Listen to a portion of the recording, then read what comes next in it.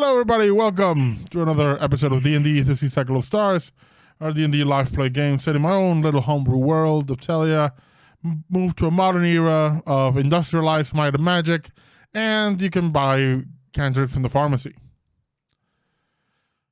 Before we go into things, we'll just quickly go around the room, and everyone can tell you who they are and who they are playing.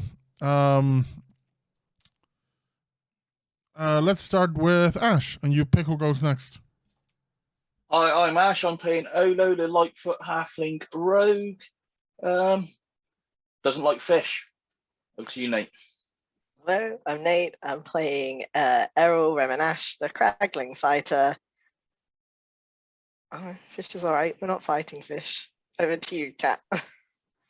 Hi, I am Kat. I am playing RaQui MriTtyur, the Aarakocra Bard. Jade, over to you. Hi, I'm Jade. I'm playing Will Soul. I am the Fire Dynasty Cleric, and I think that, you know, octopus and fish, you can eat them, and it's pretty tasty. Okay. Sure. Last time our party, Will had an interesting conversation of a deific nature. Delivered a package to Errol. A package arrived for her at their home, and later on they all met up and went on to fulfill a task for their mentor, taking on a job from the task board. There's one dealing with something that had been fished by the city as part of their regular fishery, just to feed everybody, as they are essentially a gigantic submarine. On arrival, they found it was a giant octopus monstrosity, and after a rather short fight, this creature left them all for dead. They received medical attention, RaQui being resuscitated on the spot, as Dr. Mike would say, chest compressions, and they woke up in the hospital. After that, with RaQui's help, they did an autopsy on a freshly deceased individual who was very much in the process of transforming into a similar creature as the one they had fought, having learned that the creature itself had split itself and gone to hiding, along the way presumably infecting someone. In fact, the doctor who had attended to the party did transform into one of these things in front of them. Their heads splitting open and their limbs sort of trying to transform. But they managed to put it down before anything else happened. When we left off, everyone was heading towards the offices of the Oxen Accord, the leadership of the city, to report on RaQui's findings and perhaps figure out a next step forward. So we pick up right after that. You are all driving in one of those little, almost like golf carts that they use in the city, and you have arrived now in the administrative corner and are just outside of the office. The last time you were here was when you were brought over to deliberate on your choices regarding the assassin. And it is where the captain officially fired Errol from any and all therapy responsibilities. You come in, rushing through with Roderick in tow and Darbus following, and the other leadership is already waiting for you there, including the captain, who is more or less leaning on a chair, her hat like covering her face, very relaxed, even despite what's going on right now. Beside him is a feline individual, a tabaxi, wearing long, loose robes with almost like an icy motif. It's as a cat, they're a tabby.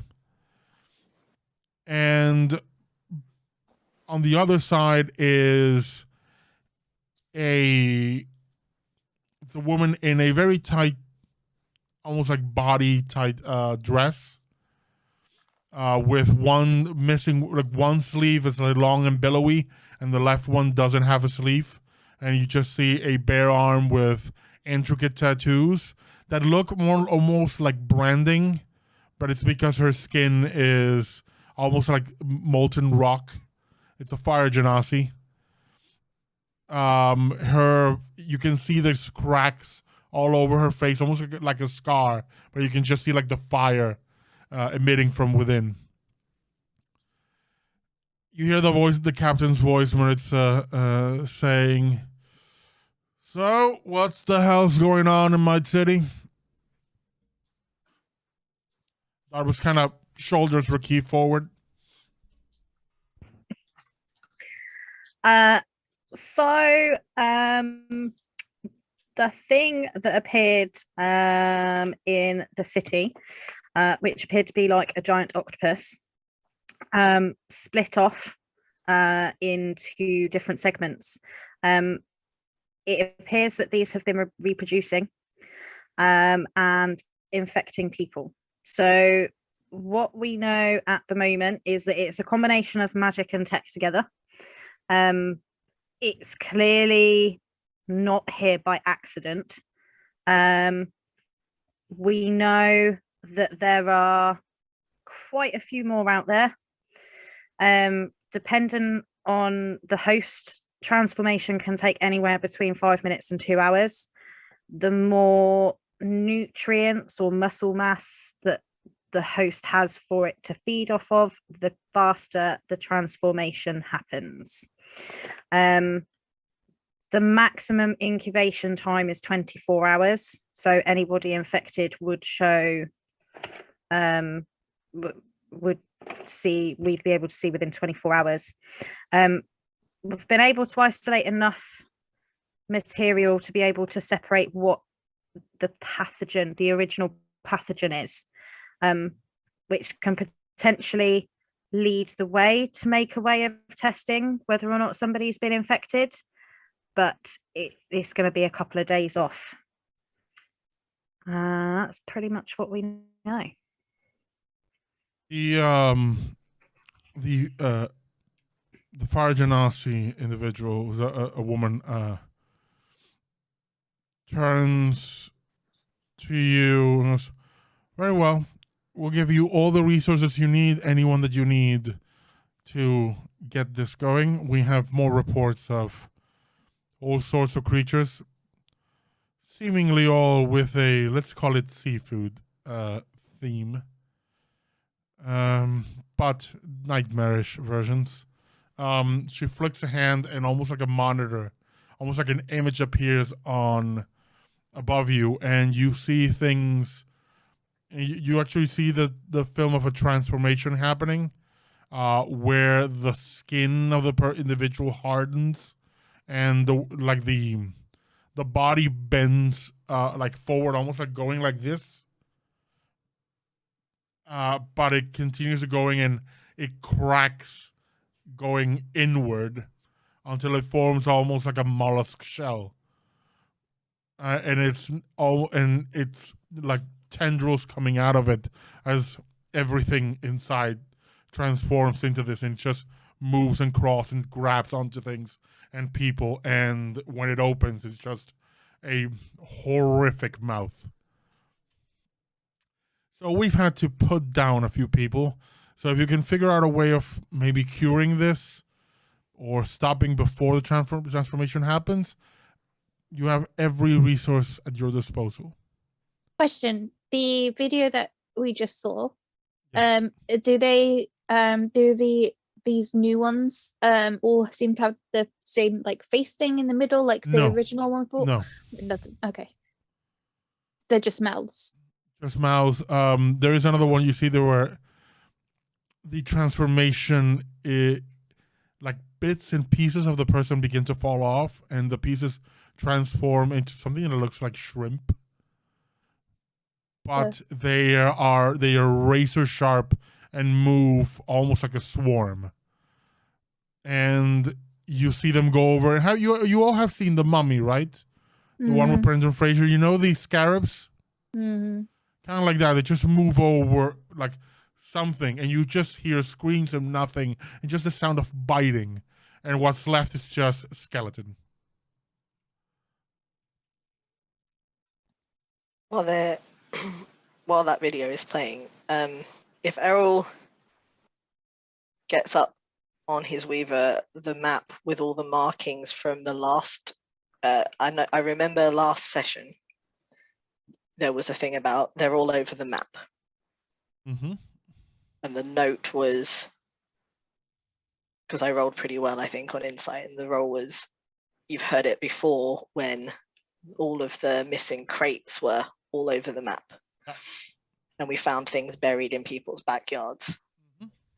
If I Tools. get them, the tools. If I get the map up with all those locations, They don't overlap.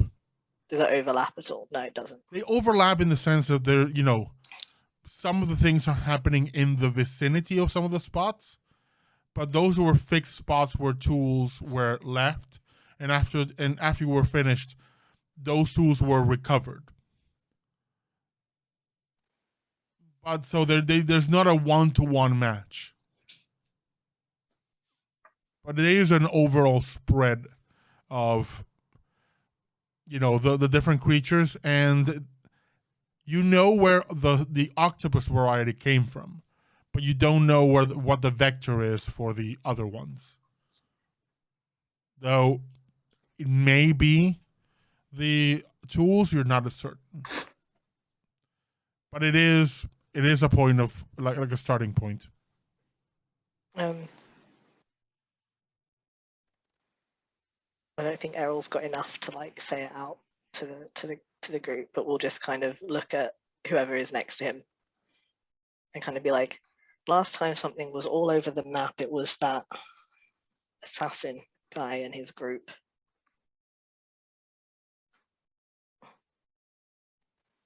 Well, it wouldn't. Did we catch the other guy?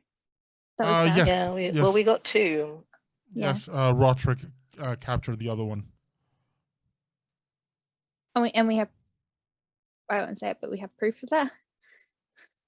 Yeah, because they're both in Yes, the break. Roderick had him, and they Okay. delivered.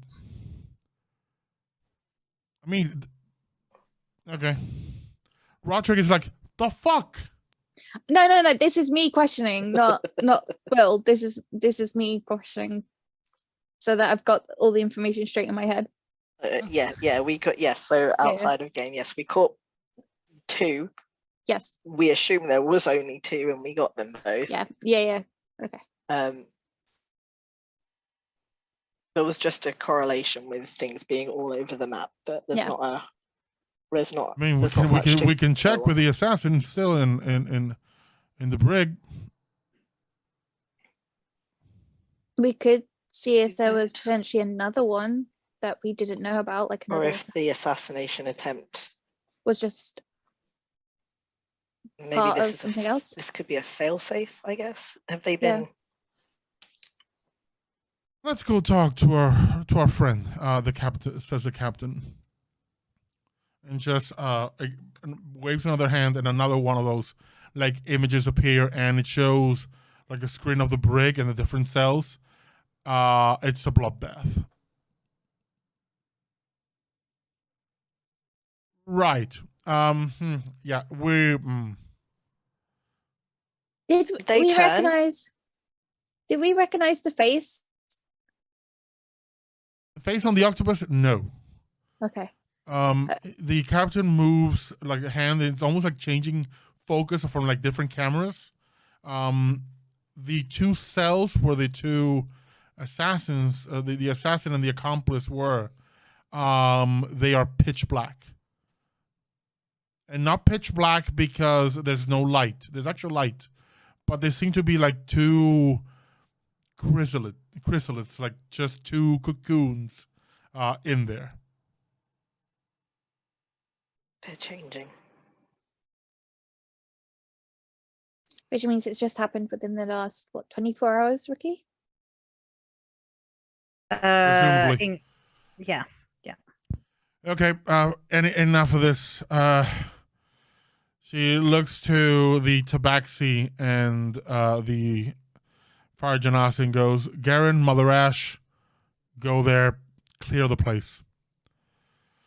In the meantime, as I said, you have every resource. We'll set up, give me a list of everything you need, every piece of equipment you might need, and we'll set it up as soon post haste. In the meantime, I know you've been through a lot in the past day, so if you want to take a rest, go do it, and we'll have people posted near your place in case something happens or you need backup.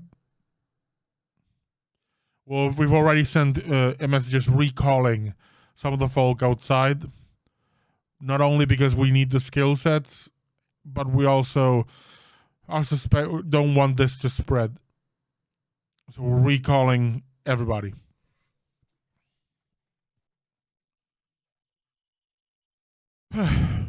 Is there footage of anyone within the past 24 hours who was taken to the cells? Let's see. And almost like a motion, like turning a knob, the footage on those images rewind. And the last image is from like 5 hours ago. Mm-hmm. Like before that, it shows, before 5 hours ago, it shows people there. Mm-hmm. And they let it move almost like a bit fast forward, but not as fast, just seeing what's going on. And it shows that the assassin and the accomplice was a human woman that you've never seen, you hadn't seen before. I mean, you saw when she was arrested, but other than that, you have not interacted with her in any way. They kind of double over and begin almost like feeling ill. And the guards approach, and they almost at the same time both lift their heads up, and this almost like spear-like tendril fires from their mouths, and it impales the two guards that are on guard, on duty. Sorry, that was the word. On duty, and they explode. And then their bodies begin to change, and you see the tendrils begin to take up like the blood and what's left of the guards, and kind of like they sort of like almost like bulge, like expand their bodies, and then begin to the skin and features begin to almost like melt over, Mm-hmm. and they harden into those cocoons that kind of take over the entire cell now. Okay, so that's the two assassins, right? Yeah. Potentially. So is there anything beforehand was there any, like, were they given any food or? No. Everything after before that, you kind of look at a few days, Mm-hmm. and it's just normal. They were given their food, which is more or less, the food is actually pretty decent. It comes from the same canteens everybody's eating. Even the guards are eating the same food. Nothing seems untoward. So this is similar to like a cyanide pill potentially situation that they have, that they've done. They had something. You can make an Arcana check if you like. Okay.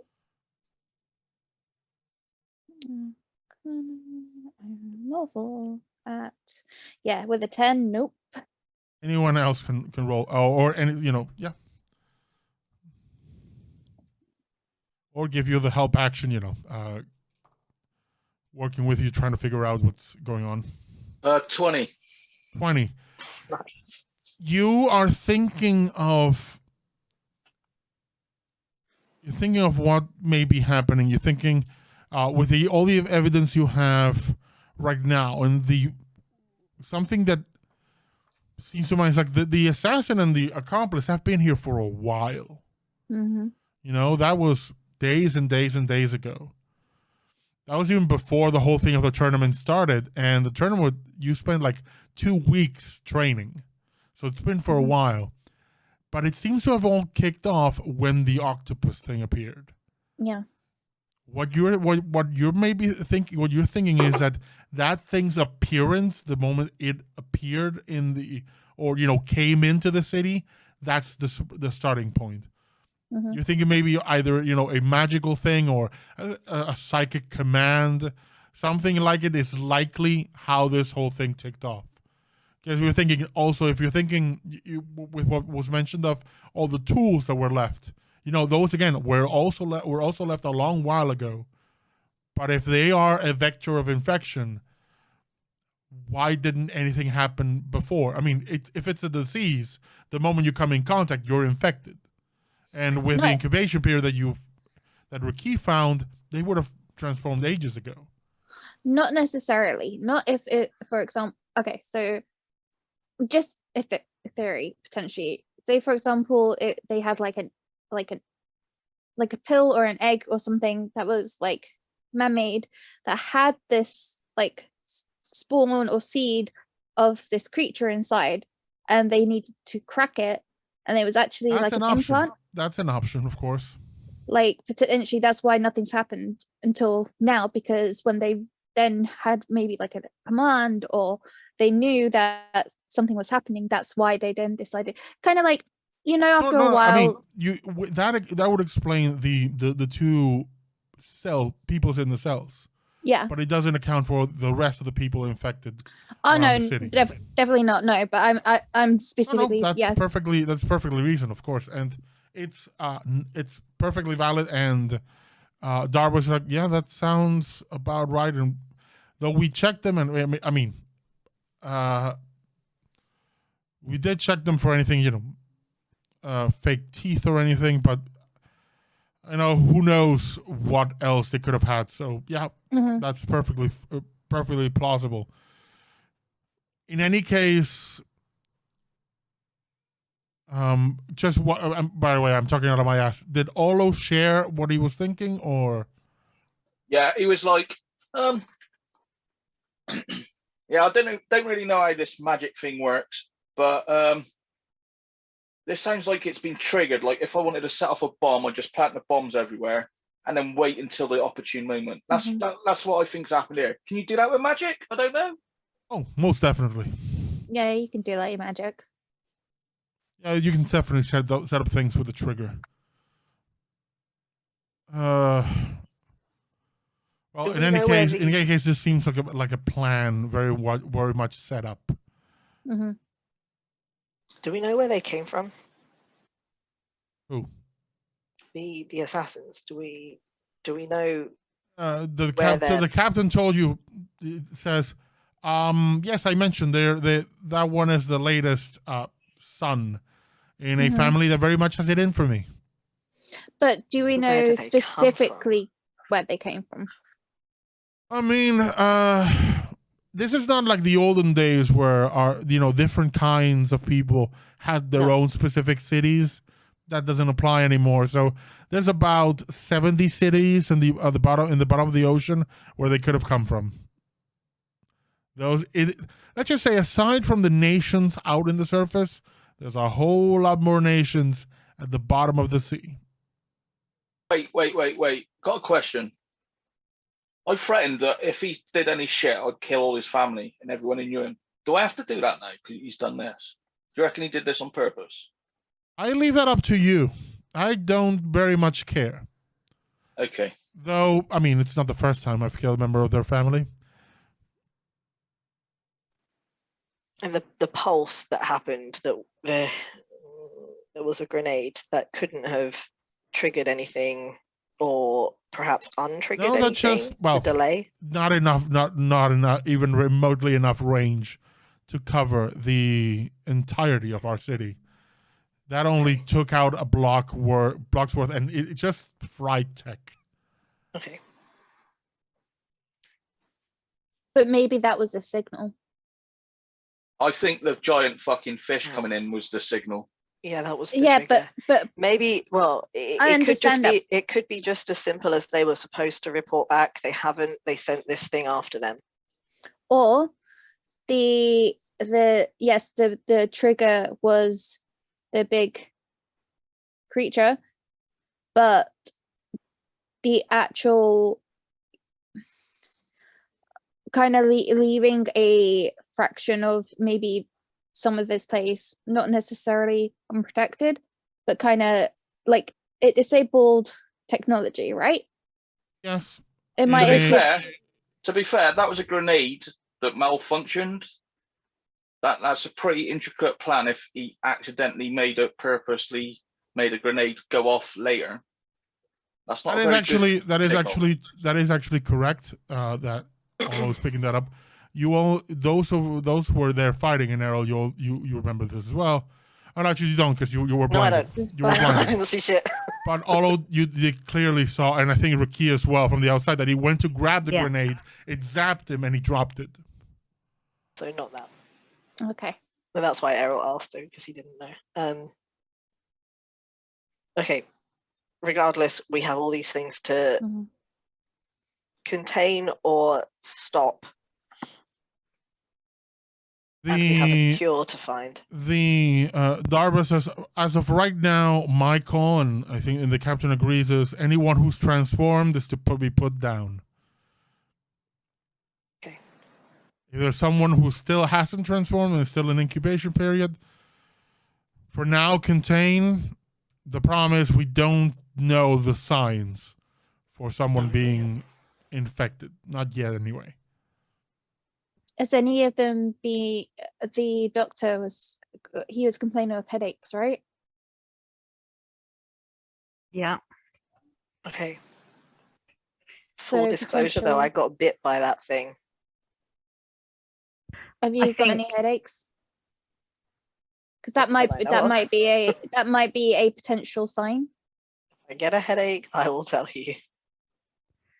No headache on your end. I think if we want to contain this and keep the body count down, one of the most important things is I'm going to need a team of the best scientists that you have that are able to work alongside what I've already isolated. We have an ETA for your colleagues that were out and about on other assignments and vacations. They should be returning within the day. And in the meantime, that'll help us set up a lab. Because we do have labs, but this calls for,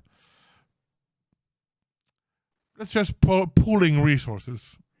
Not to mention set up protection and everything we might need to keep you all covered. You should probably I'm gonna leave kind of anything you can think of, anything in terms of equipment that you can think of.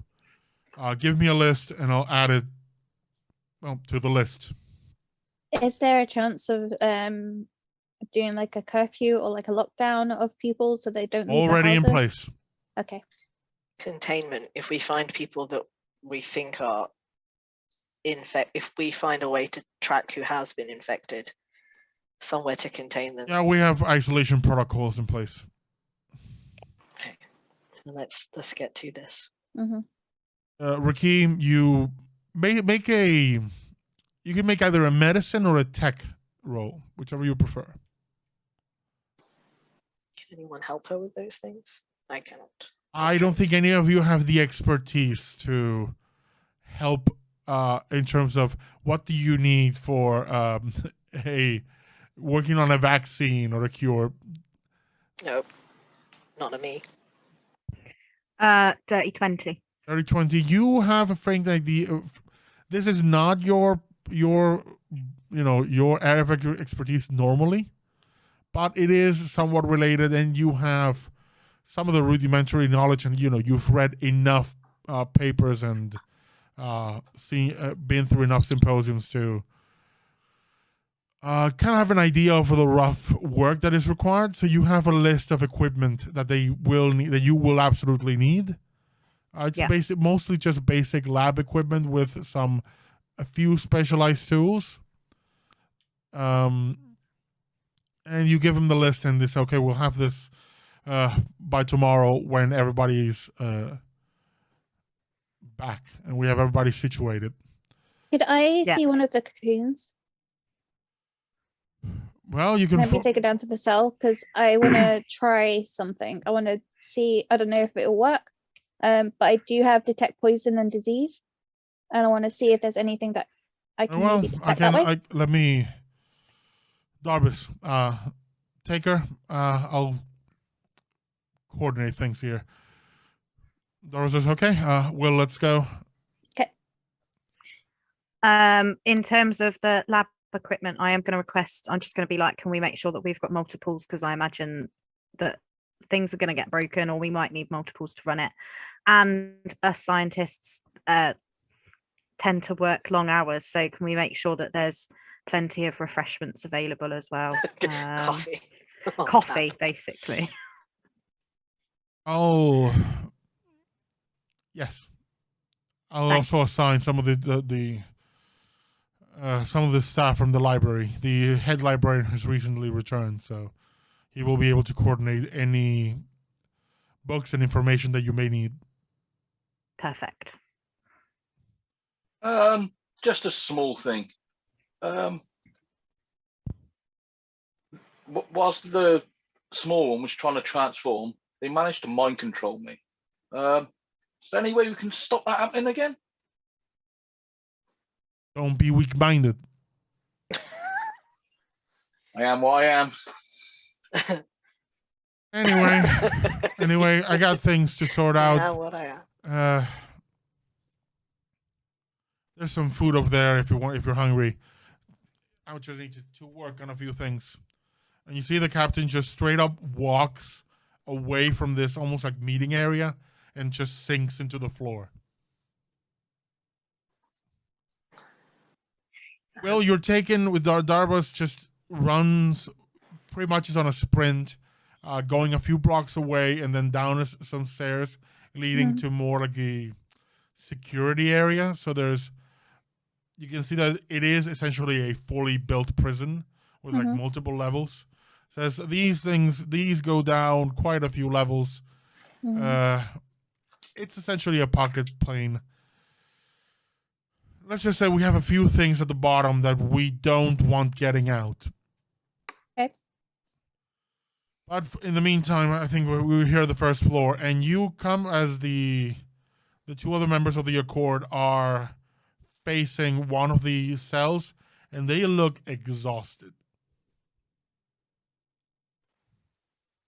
The Farjanasi woman, Mother Ash, turns to you, both of you, and says, Darbus, I have given this thing all I have, not a dent.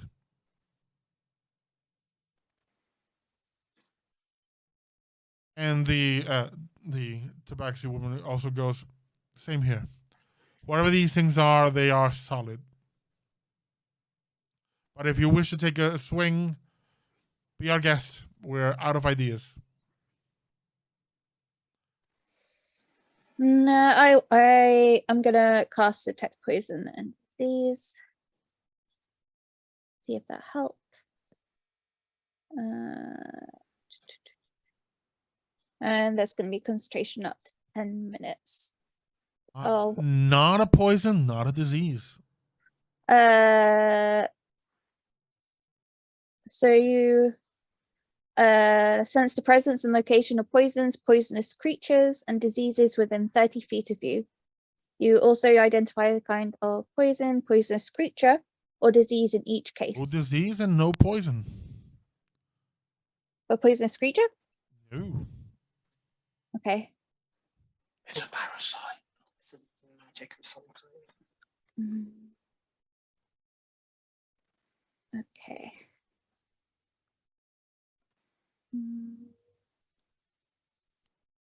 Maybe many things, but certainly it is not a disease and it is not a poison. You do detect some poisons. The Tabaxi woman has a bunch of flasks around her waist that are poisonous. But other than that, nothing to do with the cocoons. Okay. So there's no like disease matter or anything from their skin falling apart or whatever. Nope. All right. So Well, that's something to cross off the list of what it isn't. Certainly. So we're fighting something else. We should probably let the others know, because I don't know if there's going to be a cure if it's not a disease or a poison.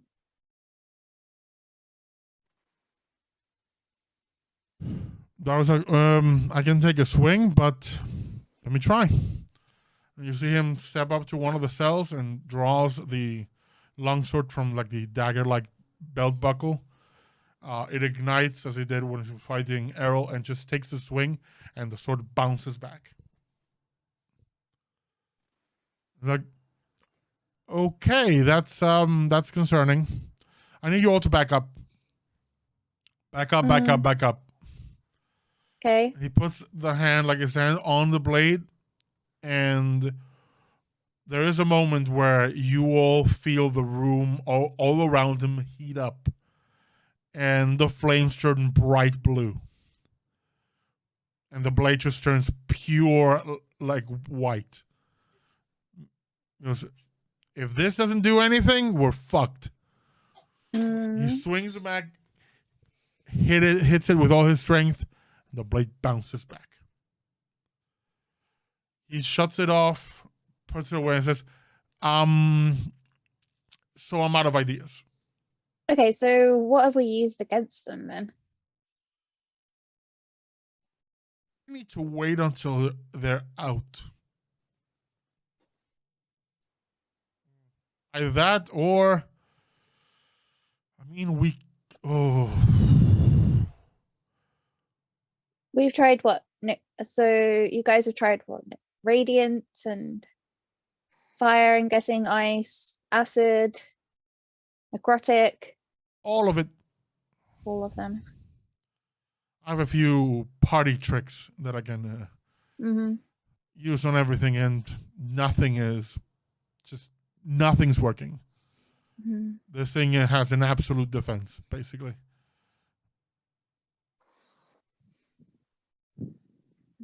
And there aren't that many invulnerable things out there, but there's a few. And yeah, this is problematic.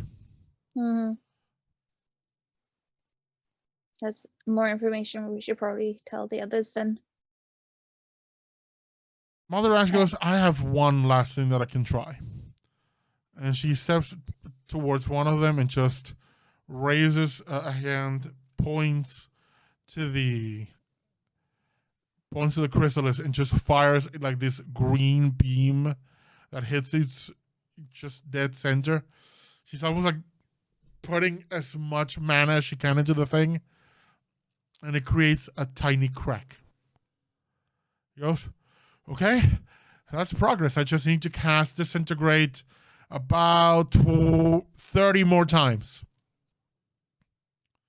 And maybe crack this. Well, that's not helpful. I mean, it is. It's not, but it is.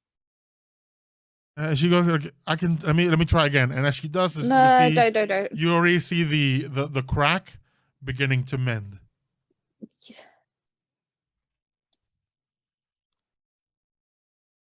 Let's just lock this thing down, this floor locked down, isolated, and good thing is it's a pocket dimension, so we can isolate it from the rest of them. So let's just clear out and lock this place down. You all clear out, and as you get to the stairs, Darbus puts one of his hands against the wall, and it says first floor on the sidewall, and the room goes completely dark. The number disappears, and you see it just completely show like a void, and you hear a grinding sound, and the floor below, that is the second floor, slides up, and you see the number 2 become 1. He goes, okay, so isolated, nothing can come through. We're good for now. Will, go back to your friends. Mother Ash, please escort her and her friends to their place. I need to report to the captain. Garen, please follow up with the other our other assets and some of our allies. Communicate with the other cities. Very well, Darvis. And the Tabaxi woman just simply disappears. Mother Ash turns to you and says, Will, is it? Yes. Follow me. Let's get your friends and let's head on to your abode. Yep. So I'm gonna relay the information to the others once we get there. So nothing really seems to penetrate the cocoons. There's no disease, there's no poison, it's not a poisonous creature. So we can scrap the fact that potentially there's a cure. I can't think of anything else that can be cured. Parasites. Can parasites be cured? Yep. They act much like a disease, but they're living creatures. Okay. RaQui, if you want, you can make an Arcana check. Insight allowed as well. In fact, anyone who wants to roll insight instead can do so, based on all the information kind of pulled. 23. 19. Oh, wait.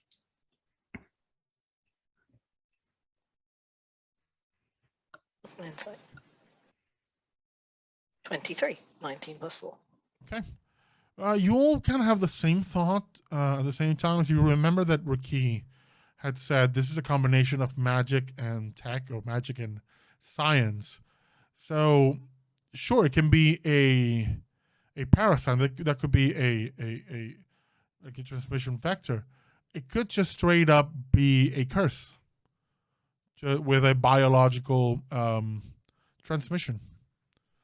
So this could easily just be passing on a curse.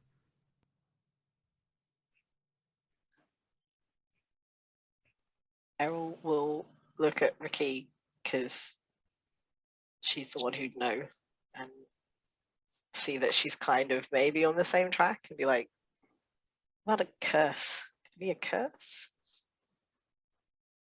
I mean, it's possible. There's a number of things it could be, and that's one of them. I mean, you said it was partly man-made, so this is an engineered attack.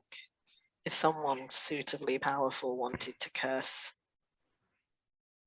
an individual or a group of individuals. Yeah. The magical element could be the curse, and then the science tech part of it could be the transmission. Mm-hmm. Yeah, maybe So we only need to focus on one of those things, breaking the curse or dealing with the transmission.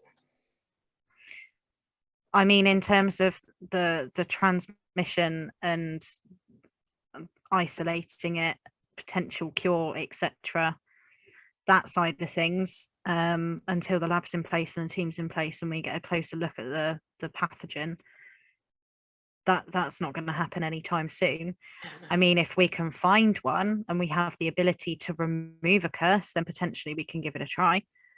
Have we tried clearing a path for one of these things? Like, do we know what it is? Are they just trying to find people to keep spreading, or are they looking for something in specific? Mother Ash hears this conversation and approaches you. I have looked at some of the footage. It is not easy to observe. Mm-hmm. But I have seen some of the circumstances on many of these encounters, and none of them seem to have a defined purpose other than spreading as much carnage as they can. Fortunately for us, we are in a city with many experts in many combative styles. Mm-hmm. So our citizenry isn't helpless. Still, anyone caught unawares, it doesn't matter how good they are in the skills they possess, they're still in danger. And we don't know if these things will become stronger with time or as they feed. They were certainly weaker mid-transformation than they were in full. That It's has also been the- observed. The people who are being targeted, they all don't have anything, like something in common. Not that we have been able to identify. So no They blood had a ties. heart. They had a heartbeat to start off with, and afterwards they didn't. Oh, that's really not helpful. Okay, Indeed, not helpful. I'm no use I'm no use as a scientist, so I don't Neither- know. Let's Neither am I, but find like who blood has type been turned and or see if we can find something that links them together. like a You're vaccine. assuming something links them together. Well, it's worth ruling out if nothing else. We don't know if it is or not.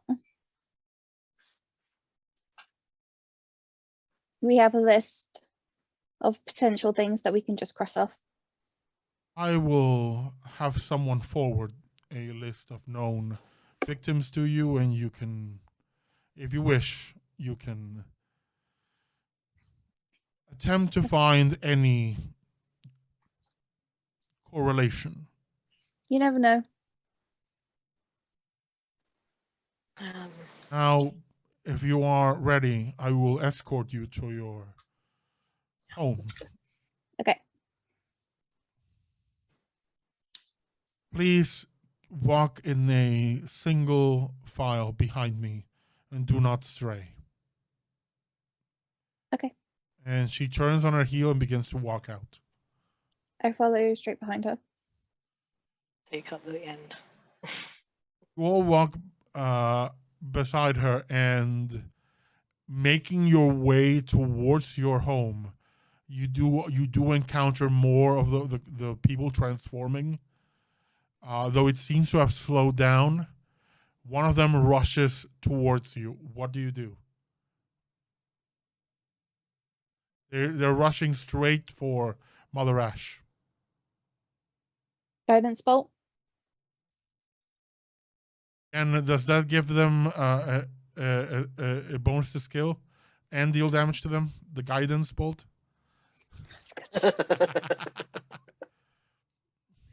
Look, I'm tired, okay?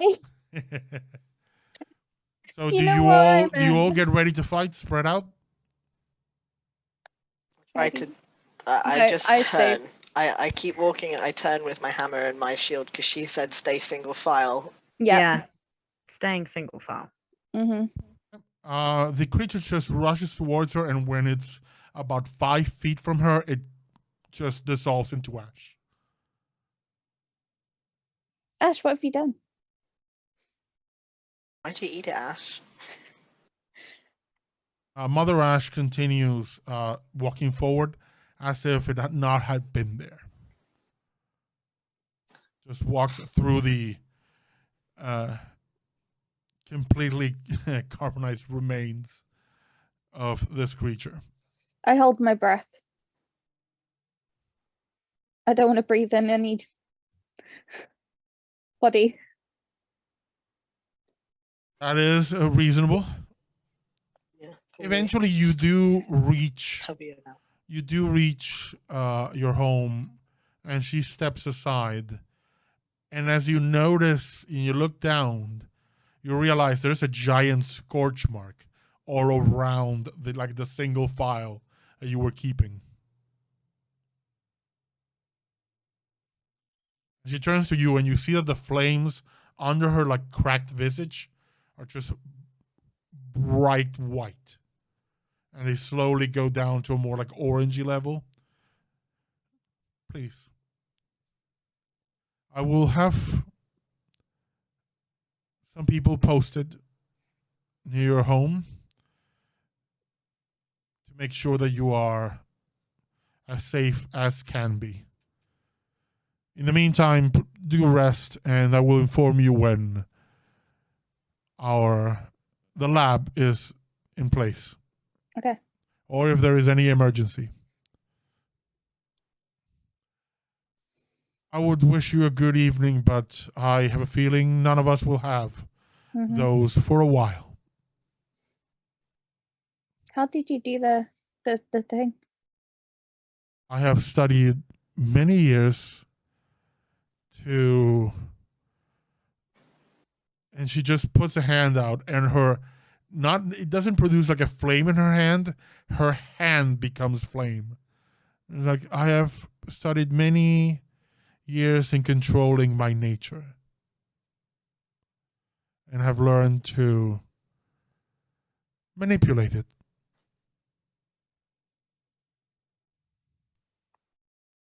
It's kind of cool. Thank you. Is that a trait, or is that just? It is, most of it is inherent to my bloodline. It does require focus. Focus comes with experience and time. Okay. In other words, she's a sorcerer. Yeah. It's okay. That was me thinking I could learn a genasi thing. Who knows? Maybe there's something in your bloodline and it awakens at some point and you become a sorcerer. Who knows? Things can happen. I mean, things can happen. With that, you step into your own home, and what do you all want to do? Anything you want to chat about, or do we kind of move everything forward? Errol, you still have that file that you received, and Will, when you come in, someone has to put a box that says "To Will" near the door to your room. Oh, when did this arrive? Yesterday. Oh. I'm disappearing straight to my room to find a clean notebook, and I'm starting to make lots of notes. So you'll find RaQui at her desk in her room, head in a book. Already covering the walls in papers and lines. And Yeah, you got it. I'm going to pick up the box, put it in my room, have a shower, pick up the box, and go to the communal area and open the box and be like, why did no one tell me? Who is this from? Is there anything on there that... there is a note inside, and there are smaller boxes in there. There's also seems to be like an old school, like very, very old school, almost like a tablet, but it reads cartridges almost like SD cards, but essentially like filament cards that are just used for data storage. There are much like it's still some of them still used, but this particular model is old. It's a floppy disk reader. No. Are there some filament cards or anything then? That's what's in the boxes. Oh, okay. I'm going to. These are like very like kind of chunky. Not like SD cards. They're more like flash drives, more or less. Fairly chunky. And just slot one in, and there's playback. There is a note, of course. What's the note say? The note says I promised you the truth. This is the truth. I'm sorry. Wait, is this from my mom? Yeah. And they are in chronological order, going back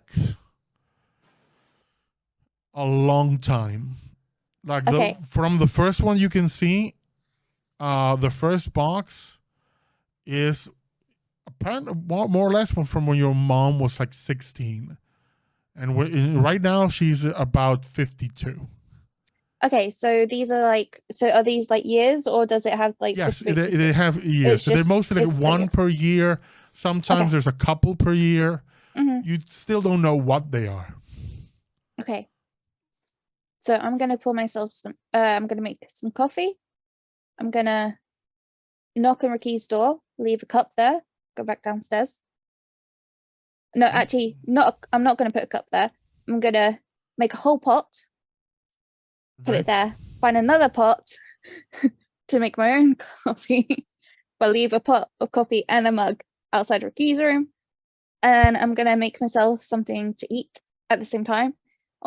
Maybe I'll do like popcorn or something similar, something comforting.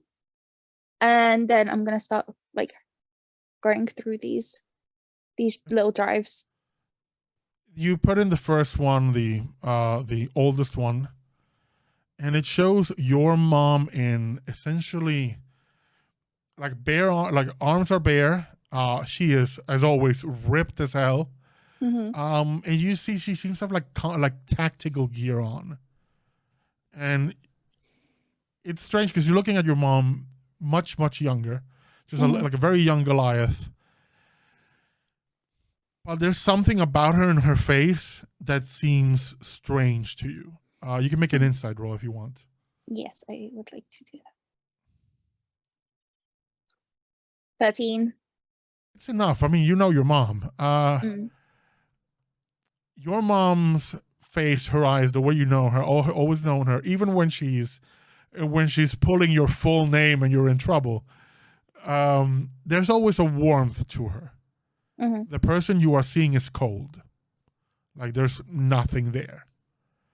And she's like, testing. It says, the colonel says I should keep a journal. I don't know why, but I will comply. Training went well. The colonel has spent the last 10 years instructing me on various means of combat, tactics, and today we had a training with members of the Meridian army. Dislocating their limbs was not a problem. Apparently that was beyond the bounds of the exercise.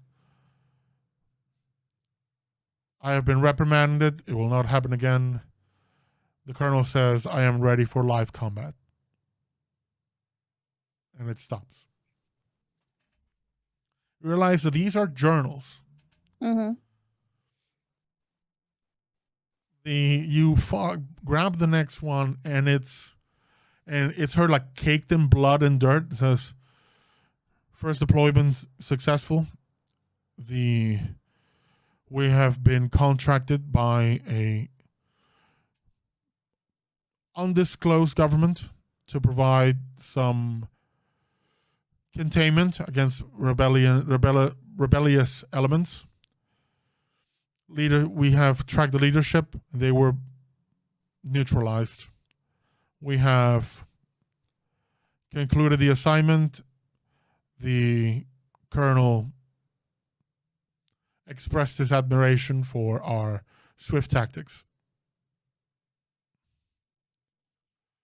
They go another one, and it's almost like you see a lot more of your mom just hurt or bloodied, sometimes like just out of a shower, but with like bandages and on. And it is a very dry accounting of someone going into combat, coming back, and then just straight up stating all the things they have done. Some of them are a bit difficult to hear. There's, let's just say you kind of have a realization that your mom has a body count. But there's nothing registered. Eventually, at a point when your mom was around 28, going by the dates, she's standing there looking at the screen and not saying anything. But you can see there's finally something in the eyes.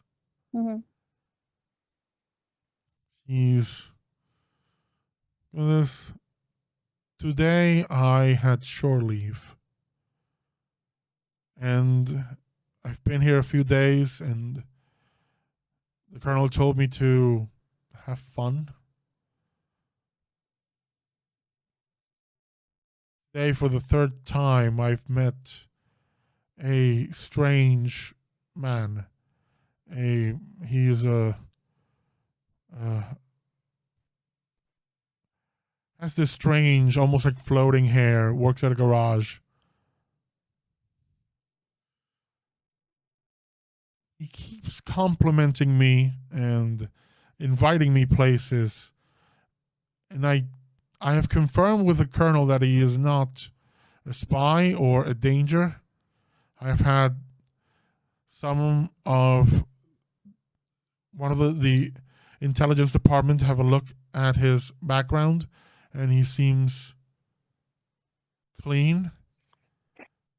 But I am very suspicious of this behavior. Will's just laughing, and I literally like, God, that's bad. He was flirting with. How did you not realize that he was flirting with you? You see here the genuine confusion of human interaction, of like humanoid interaction.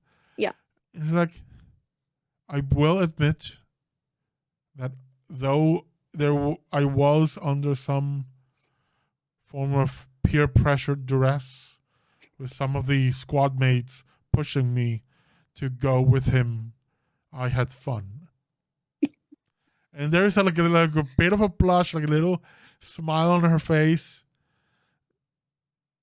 And she looks at the camera and says, I don't know what to do with that. And you see, though, that is the first box where there's multiple once per year. In fact, there's a lot of them seem to be on like a 2-week period, almost like a daily thing. And it's just her bewildering confusion at interacting with this strange guy who keeps just chatting her up and, taking her out on the town. At least he was persistent. The last one you see her just looking at the screen. She looks lost.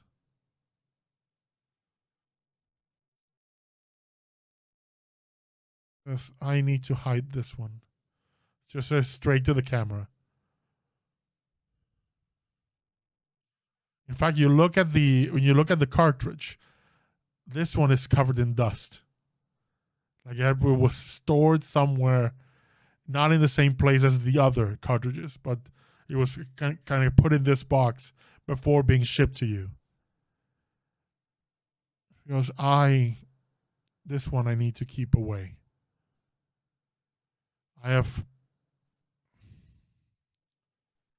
We went out again today. I have never known anything but my father and the instructions and the work and all that we do.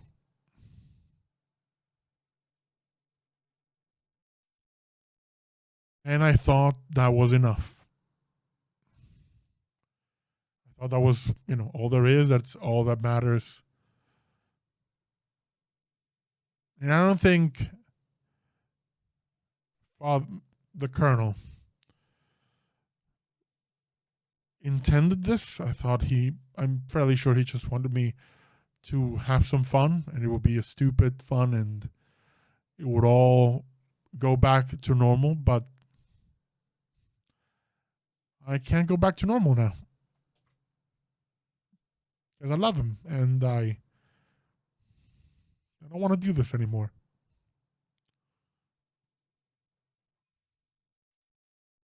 You see her wipe her tears, and she goes,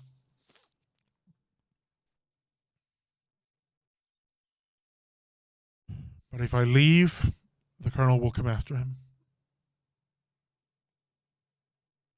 I'll have to choose, and I can't choose.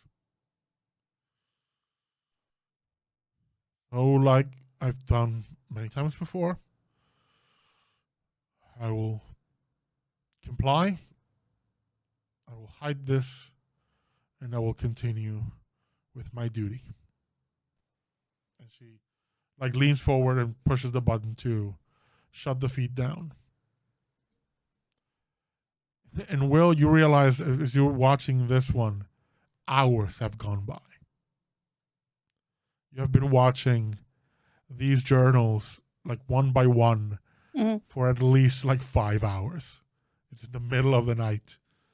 And there's so many more boxes to go.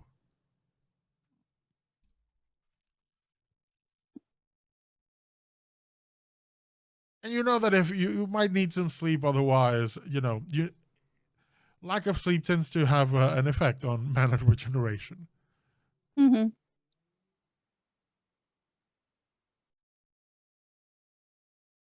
But it does. There's something. The last you see the last box, and the last box doesn't have a date, but it just says, "Watch me last."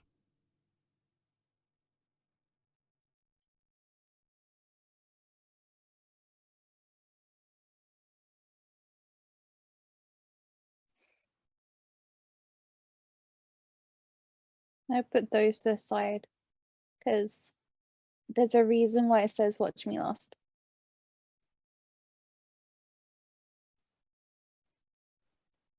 Errol, what is going on with you? Does Will watch all of it? Once Will knows that these are like her mom's journals, does she stay watching them in like the common area, or kind of retreat back to the room and watch these in private?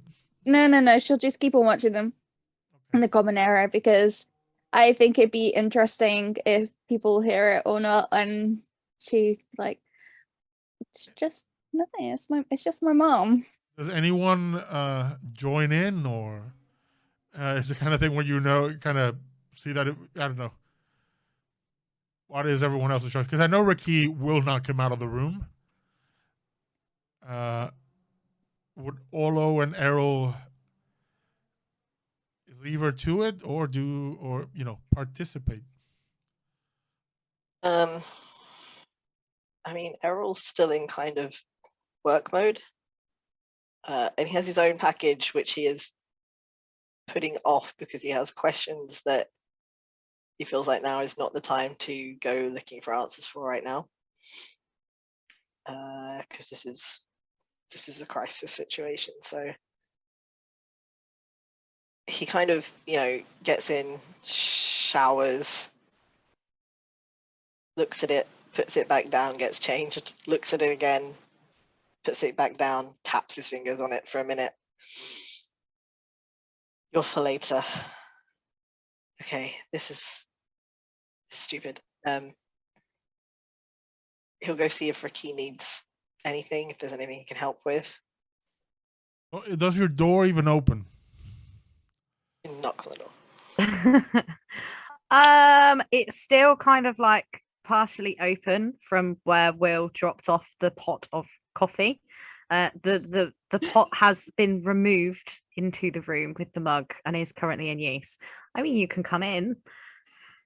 It's open. Okay, he does that thing where there's like the knock at the door and then it kind of creaks a little open. But his face doesn't poke in, it opens a little so you know he's there. It's like, hey, you need any help with anything? Is there anything I can do? So all you get in return is some mumbling, kind of like muttering, don't really understand. If you poke your head in so that you can see, I'm frantically scribbling as much as I possibly can. There are pieces of paper everywhere, and bits stuck on walls in random places and etc. It's all a bit chaotic. RaQui, what is your passive? Your passive perception is higher than 10, right? Yes. Should be higher. Passive, everybody's higher than 10, but it's my passive perception is 19. More than 15 was 13 was the number I was looking for, but it's fine. You're muttering yourself, and for the most part, your ears are just filled with the sound of the pencil just writing and writing and writing and writing. In a moment, you just put the pencil down for a moment, just to like shake your hand because you've been at it for a while, and you first hear the arrow sound like, "Hey, need anything?" And then you hear a tap on the window. And another tap on the window. I turn to the window. You turn to the window. There is a skeletal hand waving and tapping on the window and waving and tapping on the window and waving.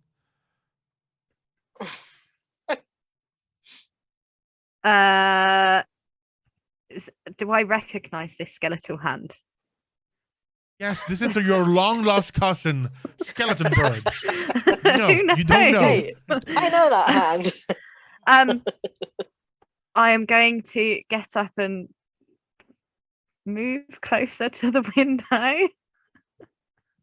You get too close to the window, and there is a hand there, tapping and waving, almost the same motion. Like it doesn't see you. It doesn't have eyes. It's a hand. You do see there's a piece of string attached to the wrist, so to speak, and that a bit of line goes like draping over the side of the building. And it's again tap, wave, tap, wave. Is Errol still in the doorway? Yeah. You need help? Errol? I'll open the door. Yeah. Am I imagining this? And I just beckon for The him to come fuck? over. You come in, you see a skeletal hand, tap, wave, tap, wave, tap, wave. Look out the window. He's out there. Do you open the window?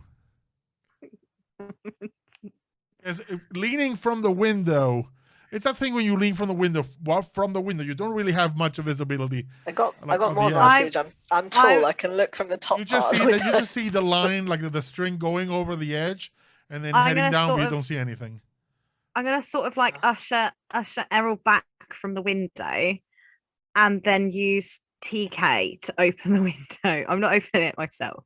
You trigger the module and basically it's mage hand, and it cracks open the window, and the thing tries to tap again, and then goes thumbs up, crawls into the house, and it doesn't reach the end because there's something hitting like the top of the of the wall, like the windowsill, and you hear a muttering going, "Oh, God damn it!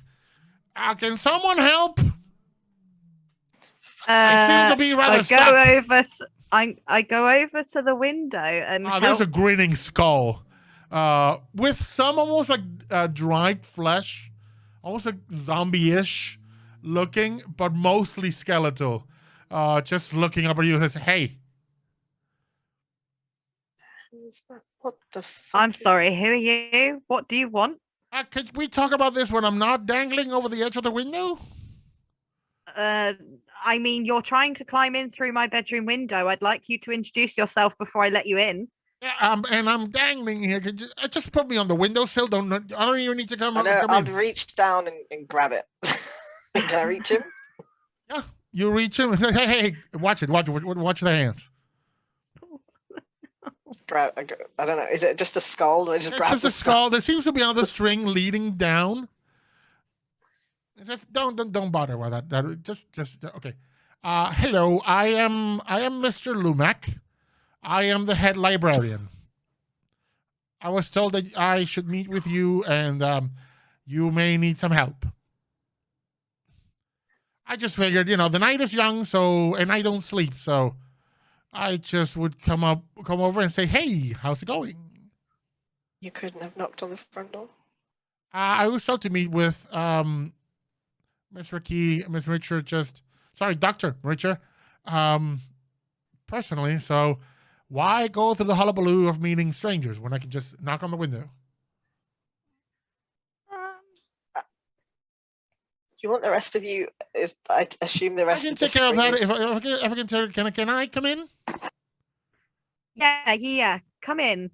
Perfect. And he just whistles, and he lifts up, moves, and almost with his own telekinesis moves into the room, and the string that he pulls is the rib cage, the leg and arm, everything, and all the pieces just float, and the fingers turn up, snap, and it all locks into place. And it goes, oops, sorry, my modesty.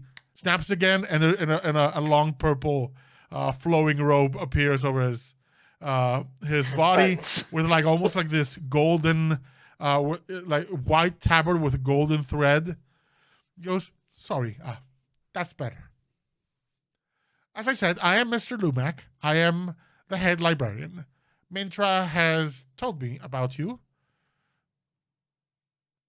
She has been, well, there's still work to do with her. But I have been informed that you need help regarding a research project.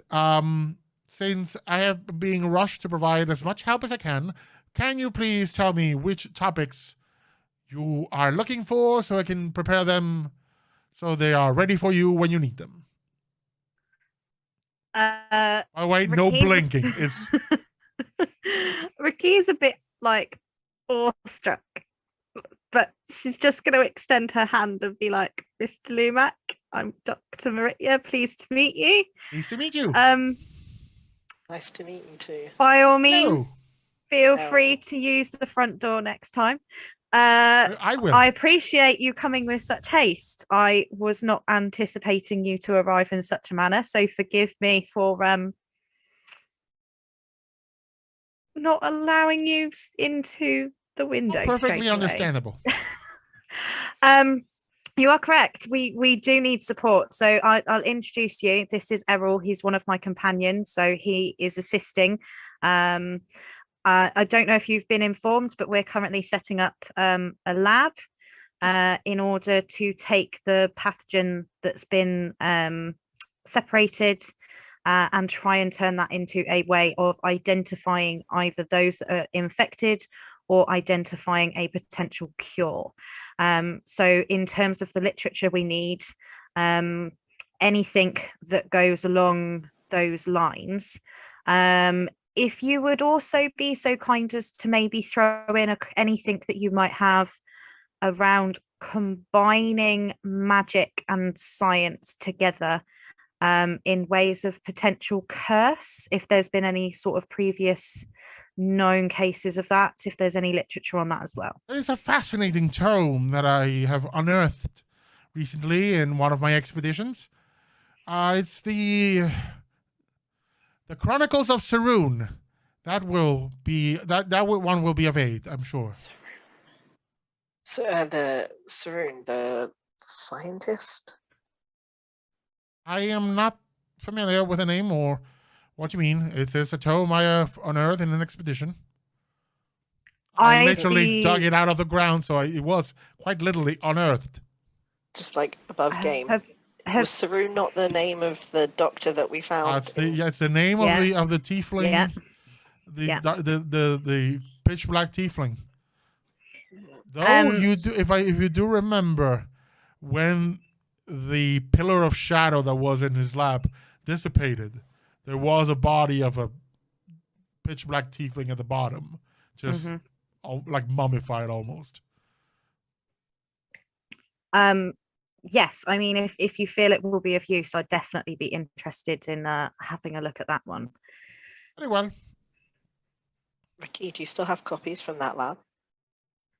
Saroon's lab. Do you have anything from when we were there?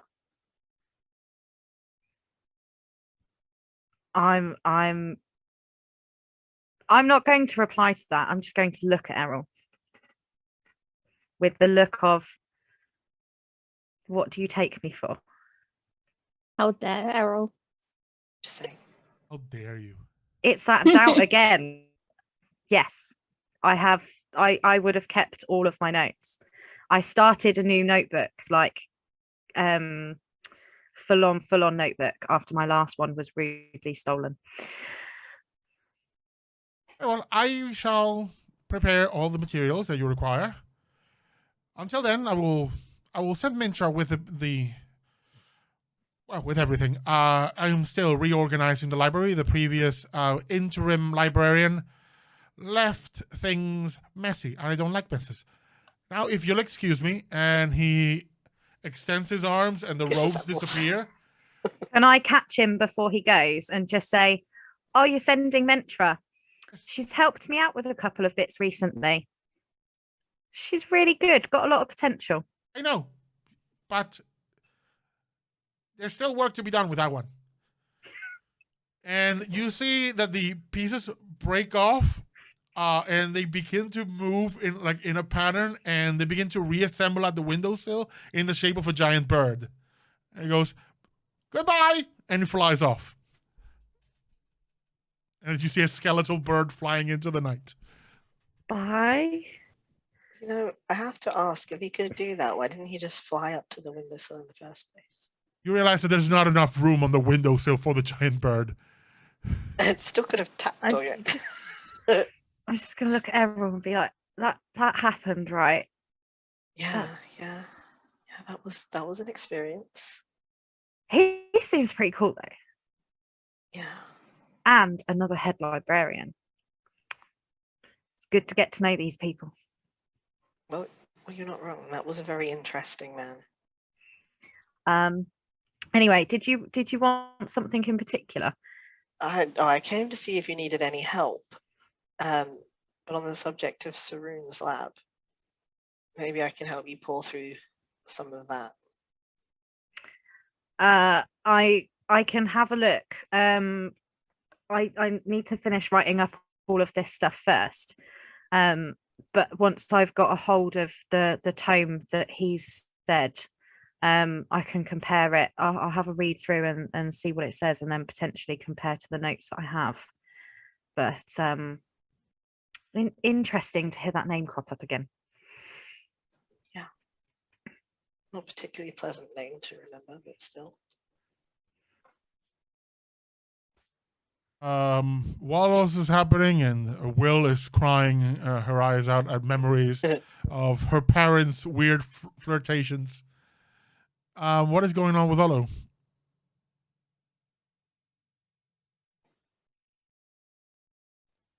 Olo's totally out of his depth. He don't know how to do this science shit, all this magic shit. So he's just sat in his room and he's finishing the last couple of chapters on his book because he's pretty certain we're all going to die. Sounds reasonable. And I think as the night goes, I think that's a great place for us to take a 10-minute break. And we're back in 10 minutes with the rest of our story. And I'm sure nothing will come up. Nothing will happen. And it'll be a perfectly calm day. See you all in 10. That wasn't the point. And we're back. The night passes and you had a long rest. Will, there's still way more boxes of your mother's past to go through. There is a knock on your door early in the morning. And outside is Roderick. Hello, fellas. Hope you all had a good night's sleep. Something's come up. And the moment he opens the door, because here's a question: do any of you sleep with like windows open, or do you keep everything kind of locked down normally? Open windows is a bad idea for a rogue. That's how people get in still shit. Okay, that's a no from Olo. After my skeletal hand, it's a no from me. So I'm going to assume that you keep everything kind of locked down. But the moment Roderick opens the door and the air, like fresh air from the outside, wafts in, I need you all to make a con save. DC 12. There is a +3 available if needed. Oh, no. No. Okay. 19. 20. 14. Okay, and Will?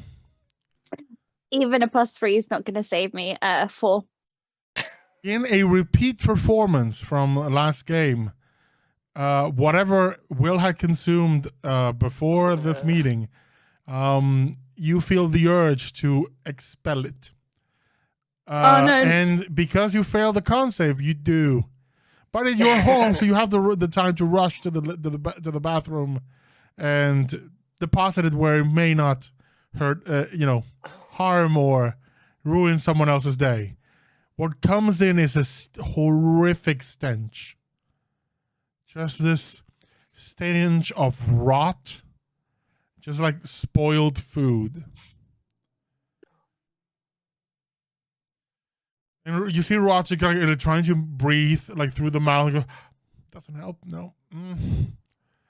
So there's something come up. Let's go en route. People are still coming in. The lab is almost set up, but I'm gonna need your help on this one. The Accord and the Captain are doing whatever they can to stop things, but we are the only ones right now, aware enough. Most of the other people are in lockdown. Gonna need your help in solving this current situation. Go without me. Yeah, I already did that. Come on. Let's go. I'm gonna take a bucket with me. Okay. You take like the mop out, up the bucket, go with the bucket in hand. Yep, just like with my head like over it, but I can still see. So here's the breakdown of what happened. Late last night, we started like this smell started late last night, and we fortunately some folk kind of noticed immediately, and anyone near the vents when this thing started to come out, they started to transform immediately. The Oxen Accord are pretty much, and the Captain are kind of blocking that from happening. They're kind of blocking things from coming through the vents. Let's just say they're creating a giant magical air filter. It's taken everything. Last time I saw him before running here, Darvis had already collapsed. Mother Ash is holding the line right now. But essentially, something's infiltrated the breathing corner. Something's infiltrated the life systems. Reverend Day, and we're gonna need to go clear it out. He pulls 4 like bracer kind of like things.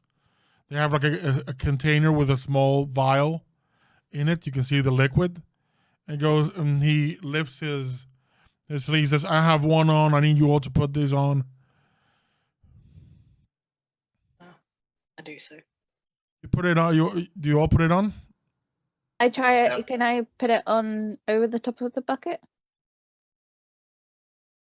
Doesn't go on the bucket. It goes on your arm. Errol puts his on and then Okay. just holds the bucket for Will so she can put her damn thing on her arm. You put it on. You feel a small like pinprick. Says, "Okay, those are some heavy-duty antidotes. We're heading into what is, as far as I've been told, a very heavily poisonous environment. These things will cover us for a while, but after they're done, we're on our own.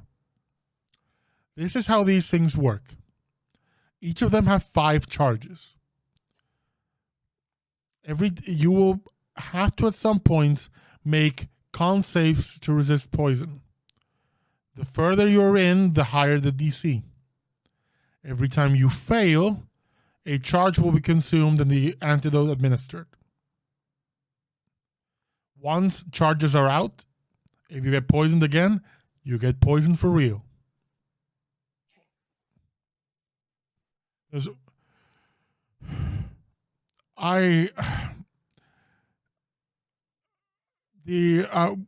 some of the analysts are still on their feet.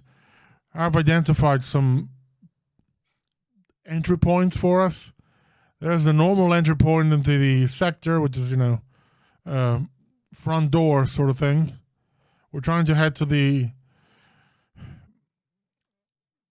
essentially the air generators, things that filter what I don't know the science, the things that pump the air. We can drop midway through and very close to it.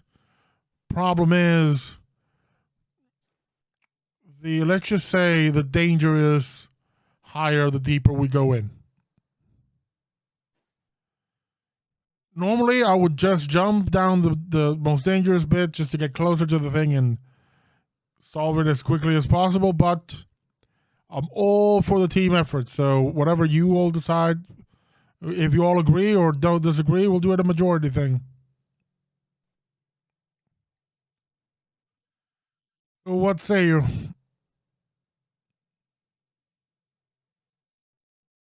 Dropping in is going to mean we're in there for less time, right?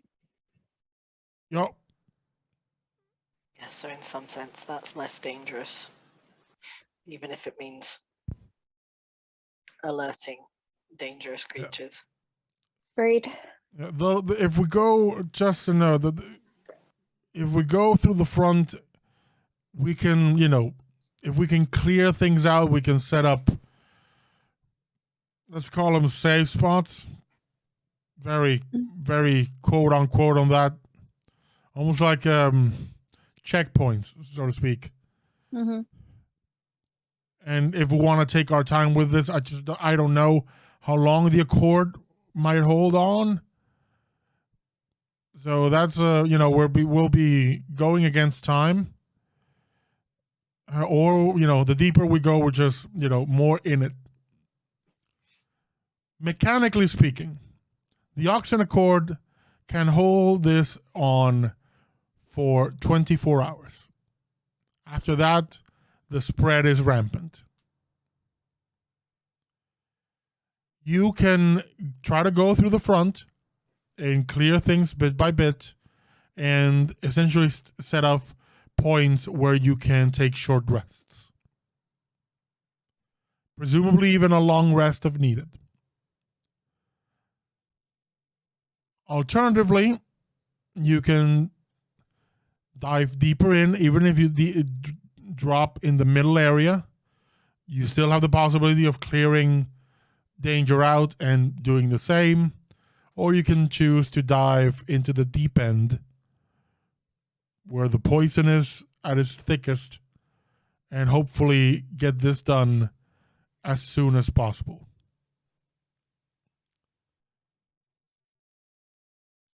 Both options have risk reward attached to it. I leave this decision to you. Roderick has already stated he would, if it was on his own, he would go off the deep end. Kind of the way he likes to do things. The choice so falls on you.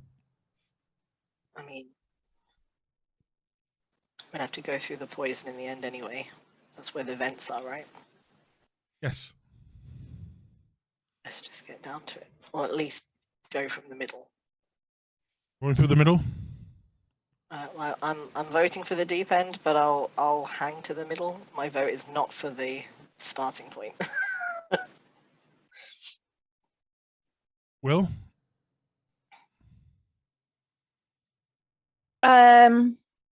See, I kind of think we should start from. We go from the starting point. We can get a little rest, but Does a short rest do anything for you? Does for me. At a short rest, you can spend mana dice if you need them. Yeah, mana Yeah. and hit points, so you can heal up a little bit. yeah, which would be useful. Do we get a save point there as well, Kevin? Is this our save point? It is that you need to clear out chunks of the area to set up, and even the checkpoint becomes you have a limited. Roderick explains this. I have some tools, and he pulls out like these, almost like staves. It's almost like collapsed staves. I can put these once we have a safe enough area. can put them to create something, a little bubble around us. These come straight from Mother Ash. Just they'll keep, the stuff off us while we rest. But I only have 3 of them. Nah. So you have limited checkpoints too. And then it becomes to you again, risk reward, how much you keep pushing forward until you put in a checkpoint. If we go for the middle, though, we still have the option potentially to create checkpoints. Yeah. Then maybe it's best to. I will give you the downside of the middle, because it all has downsides, of course. The middle, the downside is that forward or backward, you're gonna be in shit. Mm-hmm. So sure, backward it's gonna be easier, but there's no way of running. The beginning has the option of running, the end, well, there's no running.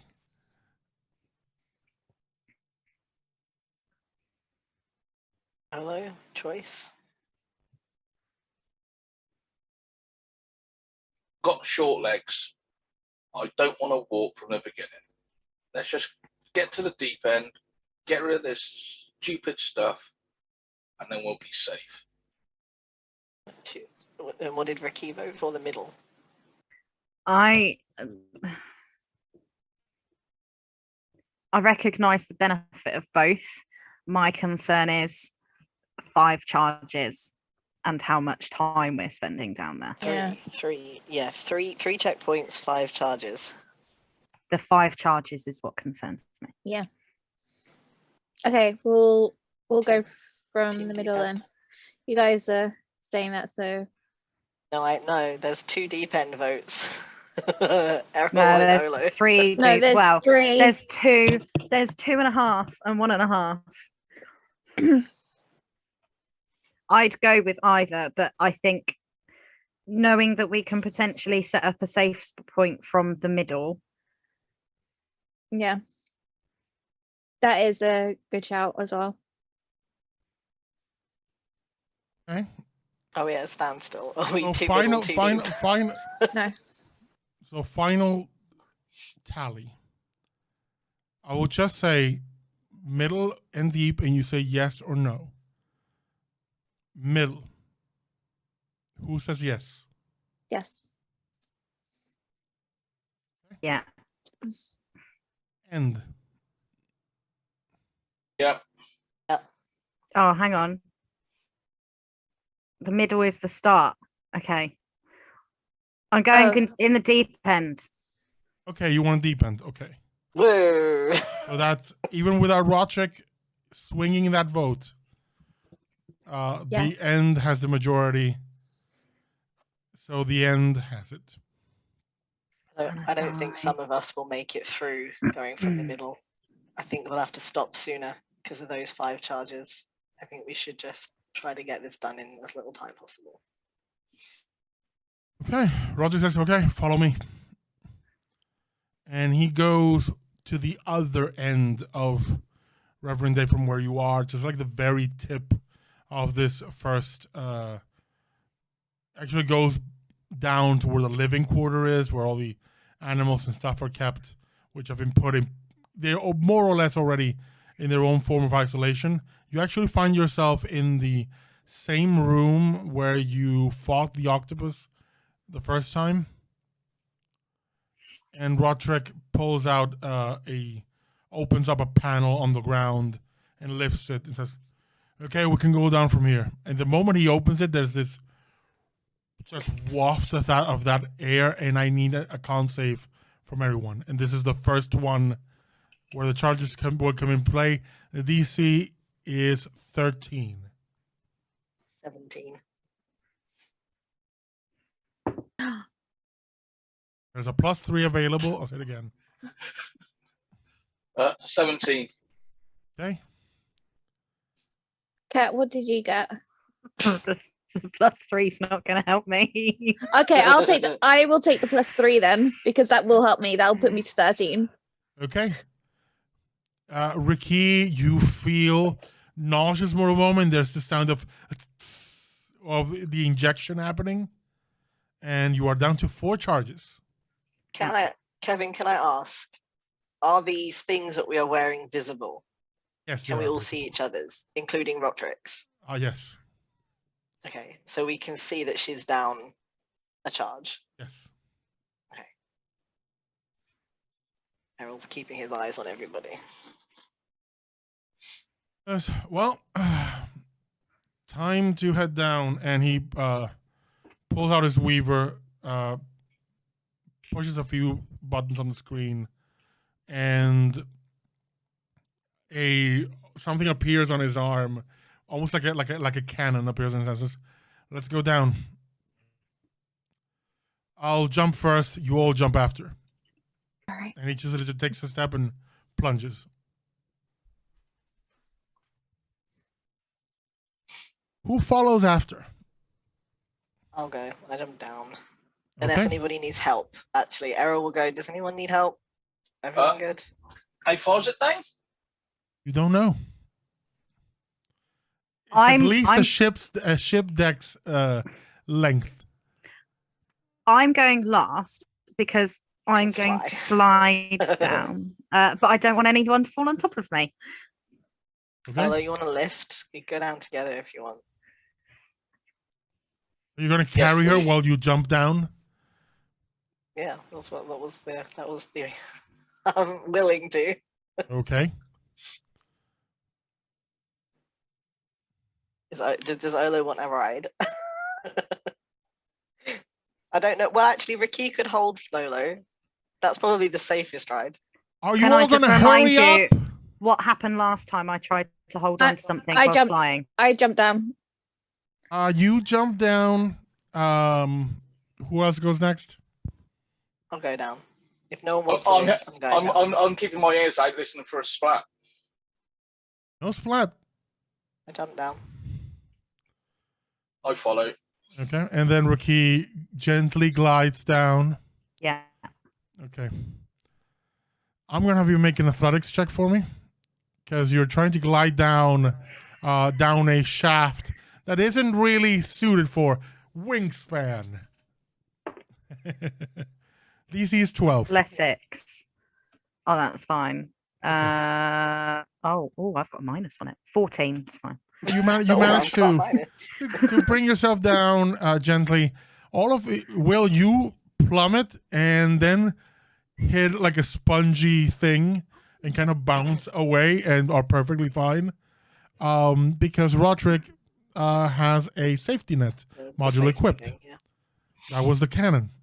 It projects a gel-like substance that prevents damage from falls up to a certain height, and he had it boosted for maximum effectiveness. And you see him working on the Weaver disabling stuff. I just love the fact that these guys are arguing and Will's just like looking at them and he's like, I jumped out the fucking window, I don't care. It wasn't arguing. It was Errol making sure that if he could help, he would, and if no one wanted help, he'd jump. Oh yeah. You land on the same on this thing, and once the last one lands, he disables it. It evaporates, and he puts the Weaver away. It says he cracks open actually no, fuck it. Turns the Weaver, turns on the light, and you are in a normally would be a long hallway covered with pipes on both ends and pretty much all around you with dials, gauges, everything that would go in the life support system.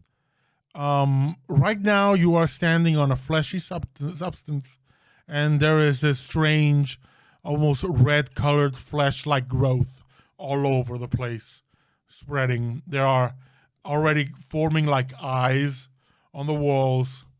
There's tendrils coming out of them. More of those like like tentacles that end in hands and have strange mouths. And you are in full. The air around you, even in this light, looks almost like pinkish, as you see many things like floating around you. Almost like dust or spores. Hell, it could even be skin cells. You don't know. But you are here Breathing that in. Okay, we got to move forward. We still have a few hundred feet away till we get to the controls. Let's go. This is, as you're moving, you'll notice this is very much hard, difficult terrain. It moves and shifts under your feet. I'm gonna need either athletics or acrobatics checks to determine how well you're managing your balance, because that'll determine how swiftly you move. Do I need to if I'm flying? No. Do I have space to fly? You do. This is a very wide open. Of course, your flying is very much controlled because you're, there is width for it and even height, but it's the kind of thing where if you flap too high, you'll hit the roof. Yeah. For the most part, you can fly just fine. What I'm going to need from you instead, in that case, is a dexterity saving throw. Oh, God. Oh, I actually have something.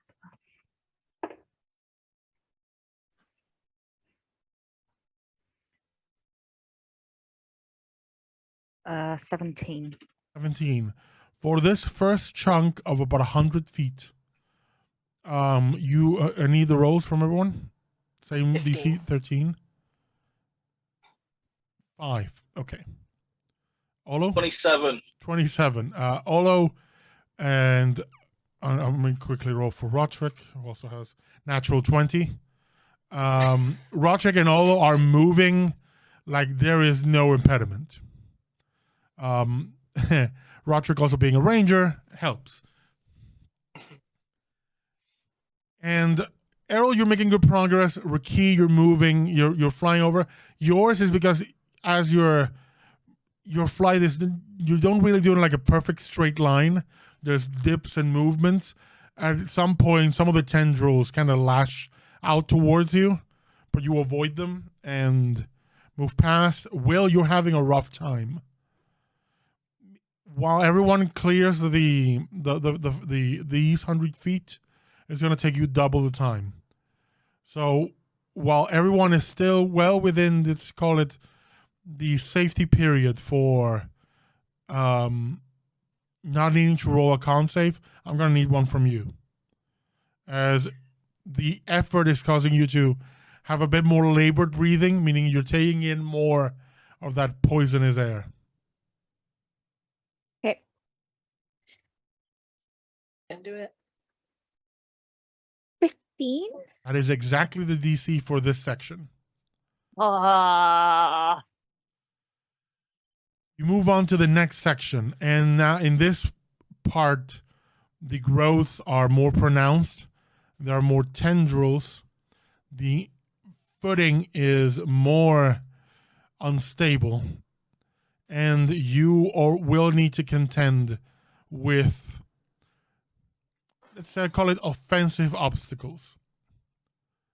The DC for the athletics check in this section is 16. Same for your dexterity saving throw, RaQui. That is just if you were trying to move. You are free to use any of your skills, spells, abilities, anything you want. Consider this a skill challenge. There is a baseline skill or baseline roll if you don't want to do anything, or if you can't think of anything else to do. But if there is something you wish to do, you can do it.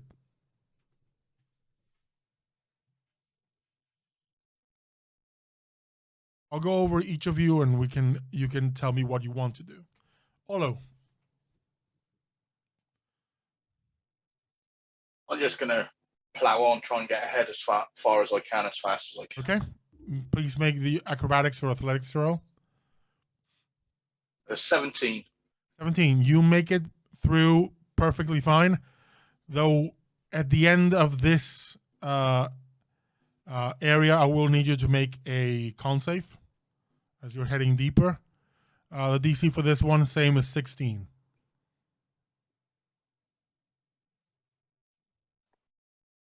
The DCs will keep the same number for all rolls as you move through. I've got 17 on the con save. 17, perfect. You save. Errol. I don't think there's much I can do to help clear this path. So I'll move on ahead. But I will, if anybody gets close enough to be helped, then I'll help them. You can do that. I'll allow you to, if you first succeed your roll, I will allow you to stay and help someone else, give an advantage. But you will have to take a con save. Sorry, you will be exposed to attack. Okay. Okay. Well, let me roll. Was it athletics? Yes, the DC 16. It's an 18 on the dice. Perfect. You can, and I'm going to roll an attack against. I'm going to roll a couple of attacks against you. This one won't hit you. This one will with a 25. You take 14 points of piercing damage. And I need a con save.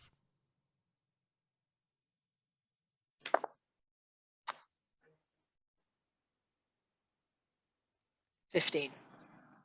That is not enough. So one of your charges goes. But the next person in this area will, if you like, you can take that advantage. RaQui, I don't think it helps you that much. And I'll need that dex save from you.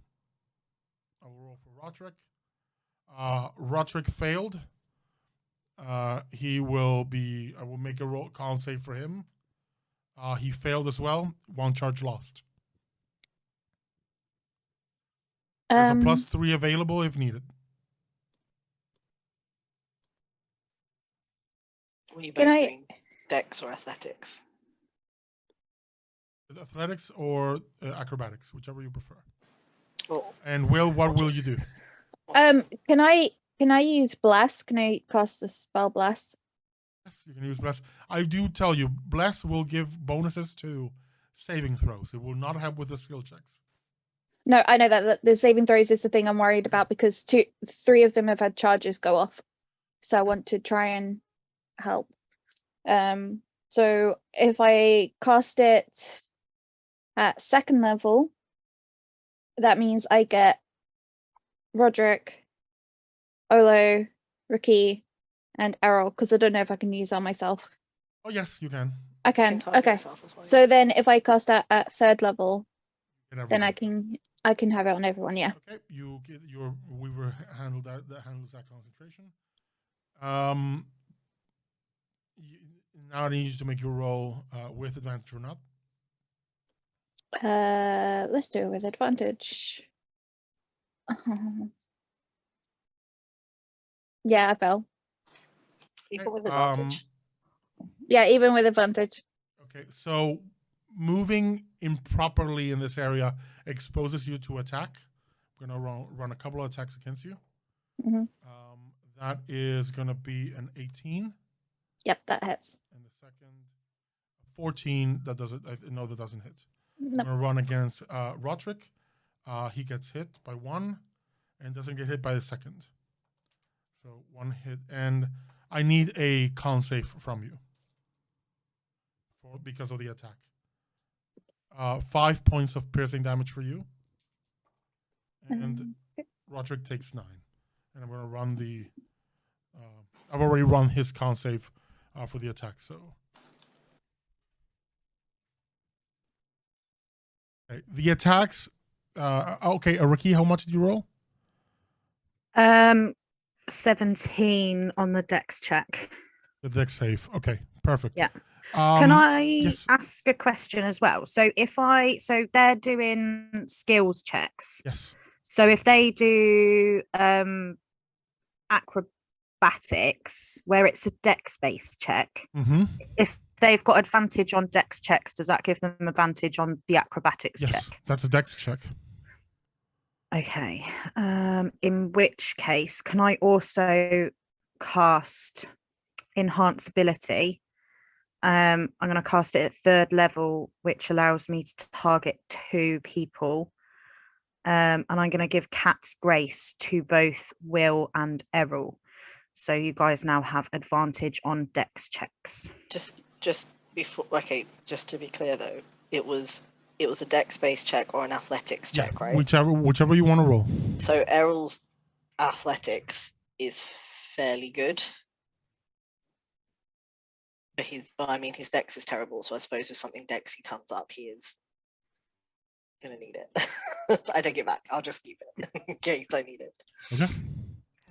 Okay, you cast that, and you succeed on your roll, so you move just fine. Do you guys, by the way, want to write down, make a note that it's 1d4 for your saving throws that you can roll? Yeah. Okay. And once you all clear this area, much like Olo, I'm gonna need a con save.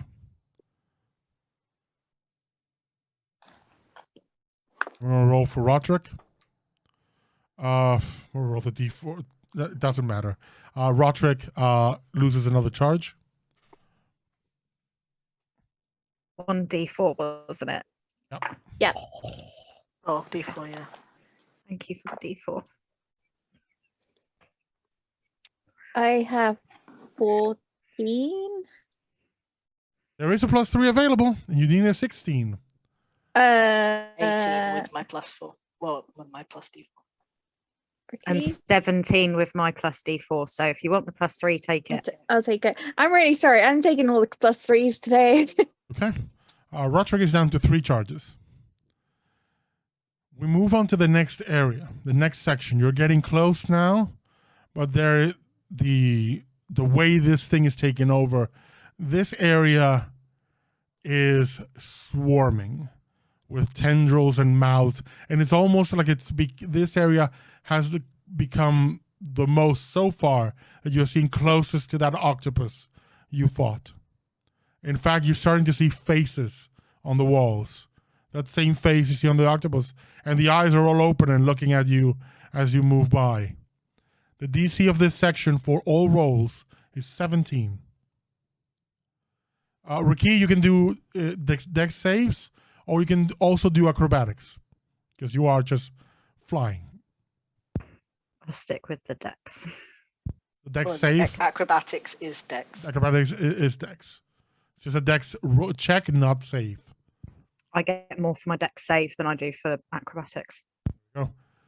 Okay, so again, you have essentially a turn of action, so bonus action and action, whatever you want to do. Whatever you want to cast, whatever you think might have an effect on this area.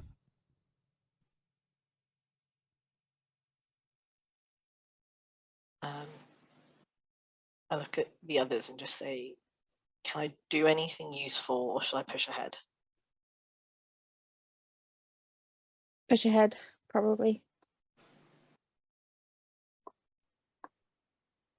Just look over at Olo's limbering up a bit. He's getting ready for some parkour. Roderick, the only thing he will do as an action is drop a couple of vials of acid on the ground. And for the little area that he's running through, some of the tendrils do move out of the way. Like they bend away from it.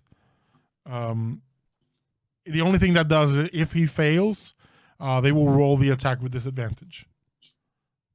But it doesn't help him with the roll he needs to make. He rolled a natural 19 with his acrobatics that comes up to a 30. Is there space to get bigger? Because I'd get advantage on my athletics. But it may have an effect on your companions. Oh, can I do burning hands on the tendrils? You can. Try and clear a path. Yep.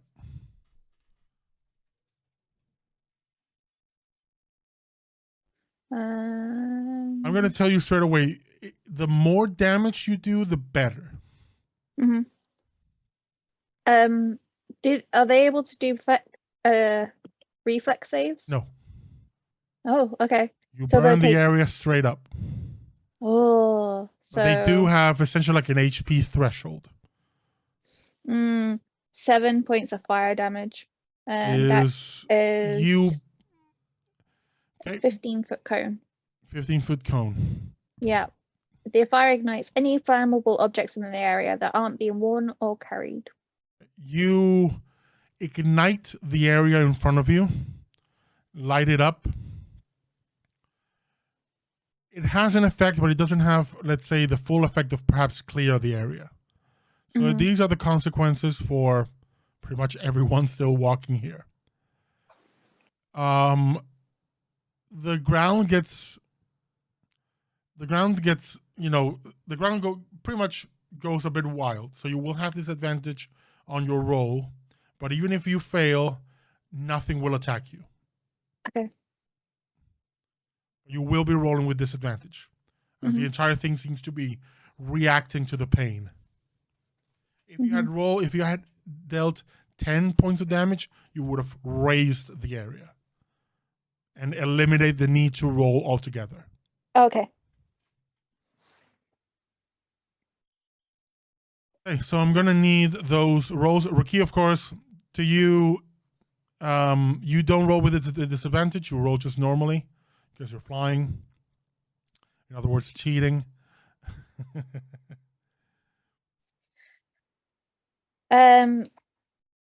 Ricky, you did a advantage thing roll for me for Dex, right? So Anything dex based, you've got advantage. So it cancels out the disadvantage. yeah, so that cancel. So it's just normal. Okay. Olo, I'm gonna need your acrobatics with disadvantage. I hate you. I rolled a 31, but I also rolled an 18. Roderick also succeeds with an 18, even with disadvantage. Do I think that getting big would cause detrimental effects to my friends? I mean, you will be taking up space because you do grow, cubically. Cubically. Yeah, you large. grow in volume, you don't just get taller. You fully expand. You take up a chunk of the area.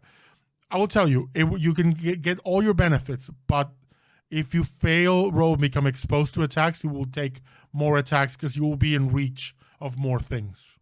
But I thought I wouldn't because the ground just got raised. The ground didn't get raised.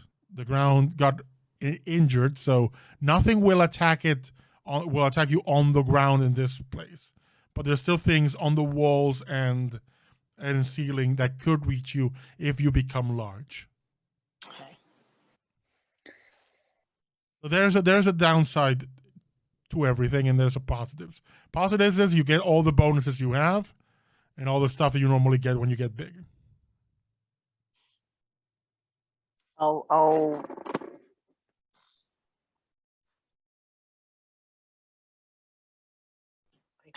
I think I'll just do it. I feel like that's what I would do. Try to use himself to like shield the others as they're moving so that they're just. If you want, you can take you can take everyone's attacks if you like. If you wish to use yourself as a shield. But no one could get attacked. Only I could get attacked, you just said, because I'd be big. I mean, presumably, yes. I mean, RaQui didn't fail. RaQui, did you roll? What did you roll in your dex save? 18. Yeah, you succeeded. So, yeah, in this case, yeah, normal. But again, moving forward after this section, if at some point, if you want to be the human sacrifice, you can do it. I'll forgo anyone else's roll, and everyone will just move forward, and you will be exposed to all the attacks. I don't think I'd stay up very long if I did that. I'll stay small and just roll with disadvantage. And you can roll acrobatics because you have advantage. Otherwise, you're rolling. If you roll, otherwise, you're rolling athletics with disadvantage.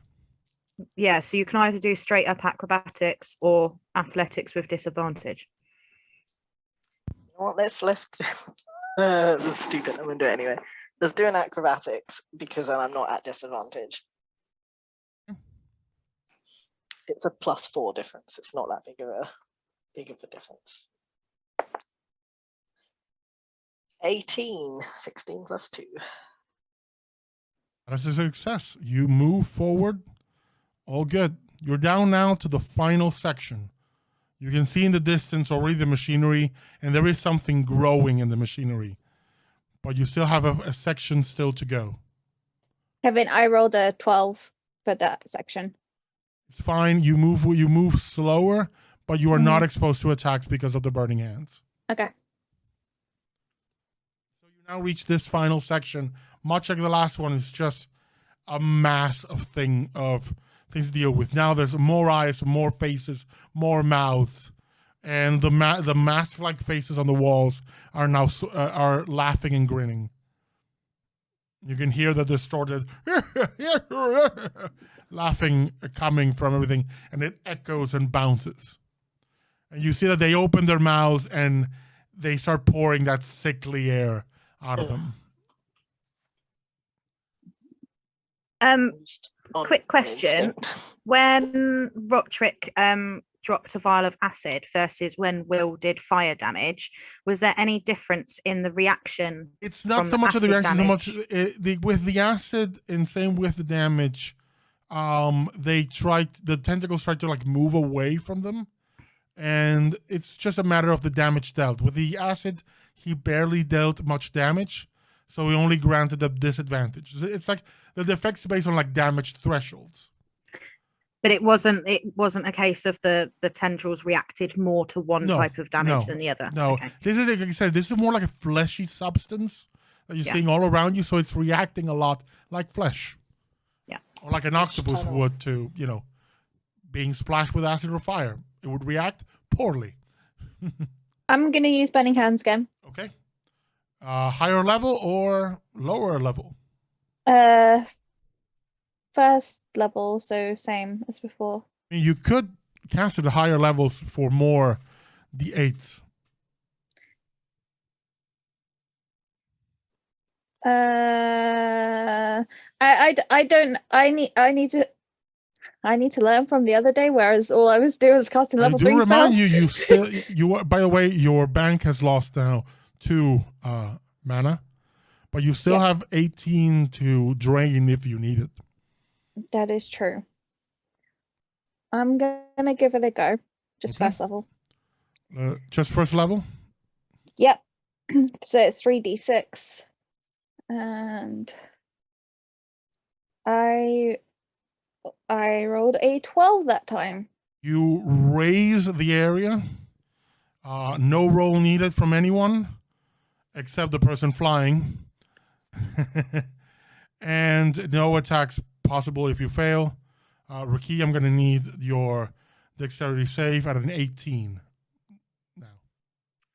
now. 21. Oh, you avoid everything. You do a barrel roll and avoid the tendrils. And with that, you come to the actual oxygen generator and the pumps where everything is. You see a version of that same octopus that you fought just growing into the machinery with that giant central face looking at you. With what you can now hear from all the different masks all around the corridor, the voice saying, "You can't stop us. You can't stop us. It's too late."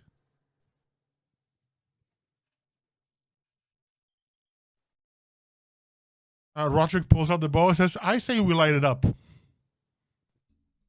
Yeah. Yeah. Oh, this is how it's gonna go. As you start attacking this thing, it becomes a race. You are in its heart. Here, the poison is at its thickest. You need to take this thing out faster than you have to roll con saves. You will be rolling a con save at the beginning of each of your turns. No initiative needed. You all go, and this thing will just react. It's different bits and pieces will just react to the damage in one way. So I will start with Roderick. Roger will just draw with his bow and make a straight up make an attack. And he actually has disadvantage on this attack roll. That is a success. The armor class is 15.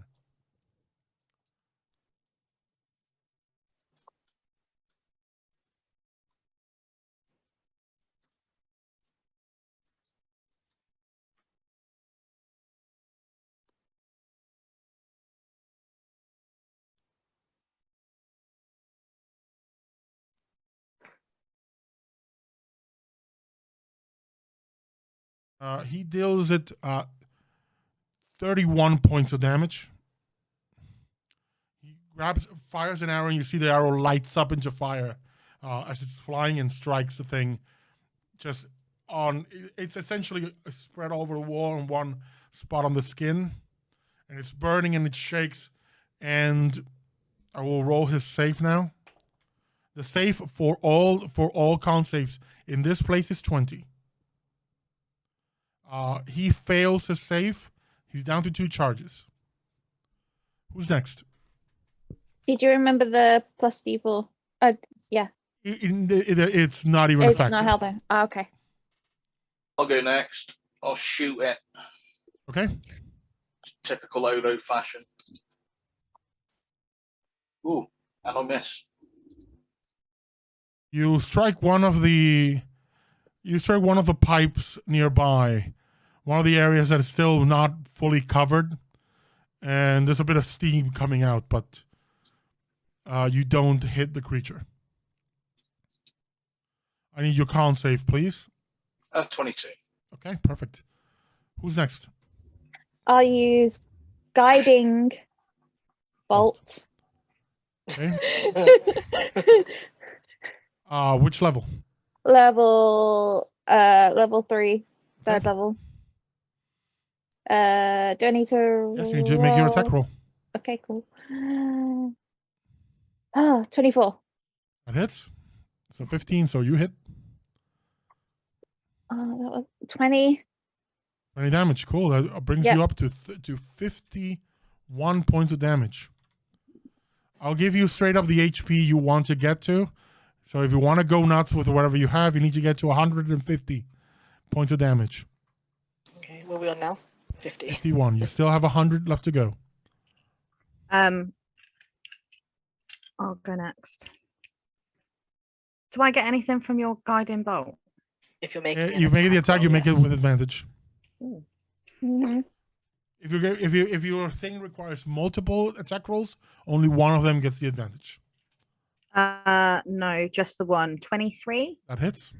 Super. I'm gonna throw a third level chromatic orb at it. Awesome. Let me hang on. I've got to do maths now. Kevin, do you need me to 30. do? 30 points of acid damage. Awesome. What do you ask me? I was going to say, did you need me to do a con save? Yes. And same with RaQui at the beginning of your turn. Yeah. Natural 20 and 22. Awesome. No issue from you. Oh, It's gonna be me. No, fail. You lose a you got the charge. +4. How many charges you on With now? the +4. Okay. I'm down to 3 charges. Okay. Okay. Errol? My go, I guess, is once again I ask, if I get big, will I block this thing? Oh, from no. being We're in attacked by everyone combat. else? We're in combat. Okay. So bonus action, get big. Okay. Let me mark Just it off. give me the entire thing you want to do. No, bonus action, get big, and then go whack it. Okay. Also make your con save. The con save happens before you got big. Oh yeah, I don't get bonuses on Constitution saves with it anyway. Just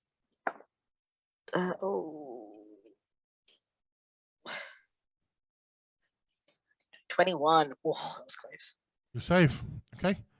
Make your attack roll.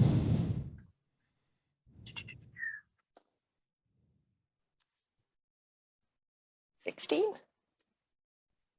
That's the attack roll. Yeah, 16 hits. to hit.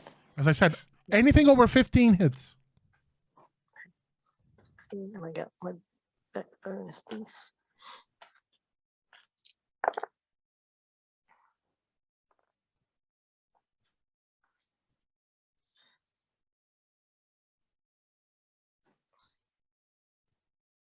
Uh, 13 points of damage on the first attack.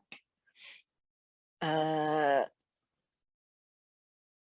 shits and giggles. Let's throw in the fire rune. Has no effect on this creature. Okay. Doesn't take any fire damage. Nope. And it doesn't have limbs for the shackles to appear. It doesn't say it needs to have limbs, but I'm fair making enough. the call that on this thing it doesn't work. Fair enough. Second attack. Nice. That'll hit.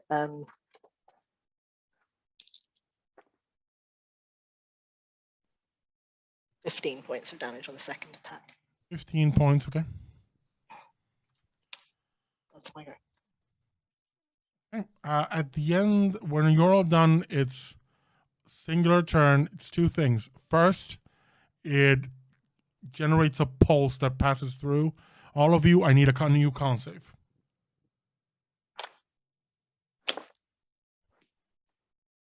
Same DC. Okay. 17. 24. Okay. 17. 21. Okay. Oh wait, hold on. I forgot my plus. Oh, D4. My D4. A natural 1 from Roderick. 19. Fuck off. 19. Both, okay. All of you and Roderick. So both of you and Roderick lose a charge. Roderick is down to 1 charge. Okay. Can I do a tech check to see, honestly, if the antidote will disconnect and I can connect it to someone else's? Sure. Make a roll. 20. There is a button on it. You can easily see. You can basically like a button on each side. You press it and it unlocks, and you can slap it on someone else. Okay. Okay. We come, and the other thing it will do is it will the big face will look at RaQui and fire a beam from its eyes. I'm gonna make an attack roll. That is a 15 on the die with a +5, so a 20. Yeah. Is it a spell? It is a spell. As a reaction, I'm gonna cast counter spell. Yeah. You can try it, and it will attempt to counter your counter. Oh, wonderful. Oh, now you. Remember, this thing did counter spell. What level is the spell? The spell it's casting is it's a 3rd level spell. Well, if it counters her counter spell, then the counter spell is dispelled. So long as the 2 counter spells were the same level. Yes, but I'm going to be asking RaQui, at which level do you cast your counter spell? I can only cast it at 3rd level. Okay, it's the same with him. You can only cast 3rd level; they get cancelled out. Yeah, so Okay. the spell goes Wow. through. So Then it hits. you take Is there any other monsters around us? no. The entire room is the monster. Do you want more? I can add more. RaQui, you take 11 points of necrotic damage. Wait. I have something for this. How close to me is Ricky? However, I would say you're all very close by. 11 points is fine. I will give it disadvantage on. Is it an attack roll? Yes, Is it's it an a spell roll. attack? I give it disadvantage with my protection fighting style. In the future, please call that stuff out early. Yeah, sorry. I had to keep flicking back and forth through my sheet. It misses. Okay. That's its turn. We're back to the rest of you. Roderick will start. We'll roll save. Let me roll the 1d4. He has a +4 on the save. Not enough. He misses. He's out of charges. He will make his attack roll, and he hits. In this case, he's not going to hit as hard.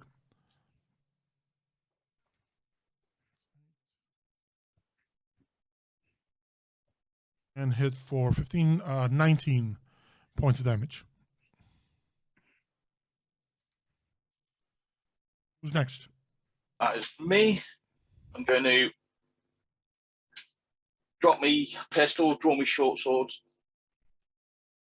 I need your con save, please. 20. Hey, perfect. 26 to hit with me first. 16 with me second.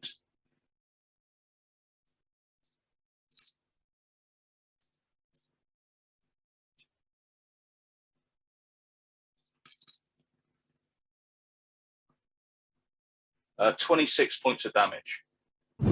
Awesome. That is a fair chunk. You will go at this and sushi it up. Cut it into pieces and just cut through the face, and you see that everything else begins to die. It begins all to shrivel and melt and rot, everything, and like the poison in the air is kind of dissipating. I will need one final roll from everybody. Con save, right? Yeah.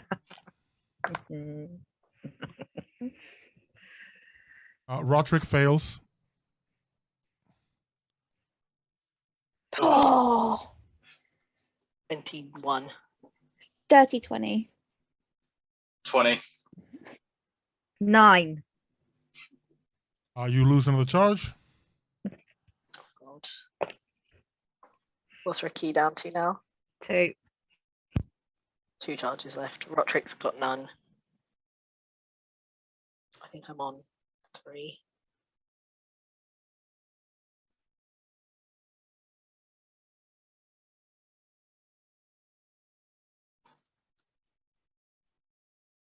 Roderick takes 44 points of poison damage. Oh, And doesn't drop, but he's in a very bad way and he's poisoned. For the record, if you had no charges, the poison of this poison deals 10d8.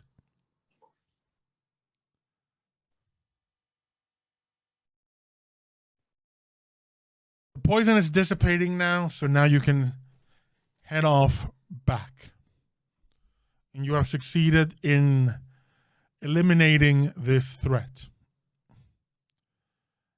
As you walk back, the only thing remaining are the masks beginning to fall off with a simple message. They keep trying to whisper. They whisper at the beginning and then almost like lose the air to speak and just mouth, "You're too late. You're too late. You're too late." I pick I'm a gonna mask heal up off the Roderick. floor. Sorry, what did you say, Olo? I'd pick a mask up off the floor, and where it's here would have been, I whisper, "Fuck you." Okay. It crumbles in your hands into ash. Well, not ash, more like slop. Yeah. if we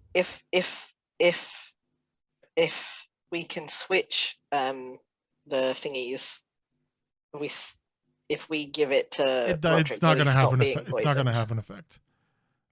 He already took the hit. Now it's just it's not dealing like with a lingering or poison anything. condition. You put it on his race. It cancels the poison condition, but it's not going to heal him. No, at least he won't be poisoned anymore. I'm going to heal him. Okay. With that, you all move out, and Roderick basically takes you all to the Oxen Accord, where you see that the leaders are very much all spent, just completely out of mana in trying to fill this thing out. And Mother Ash approaches, "We have felt the danger subside. I will surmise you have been successful." Mm-hmm. Yeah, Yeah, they we said managed- we would. After you. They said we were too late. We shall see about that. Dr. MriTtyur, the lab has now been fully established. And now that this poisonous air has been contained and removed, we will be bringing your staff in for you to begin your work. Olo, were you going to say something? I was just going to say we managed to kill the fish. I know it probably doesn't mean anything now, but Roderick did get 21 points of health back. Awesome. A message appears on your screen that says Roderick will remember this. 1 friendship point. Yay! It says, thank you for that.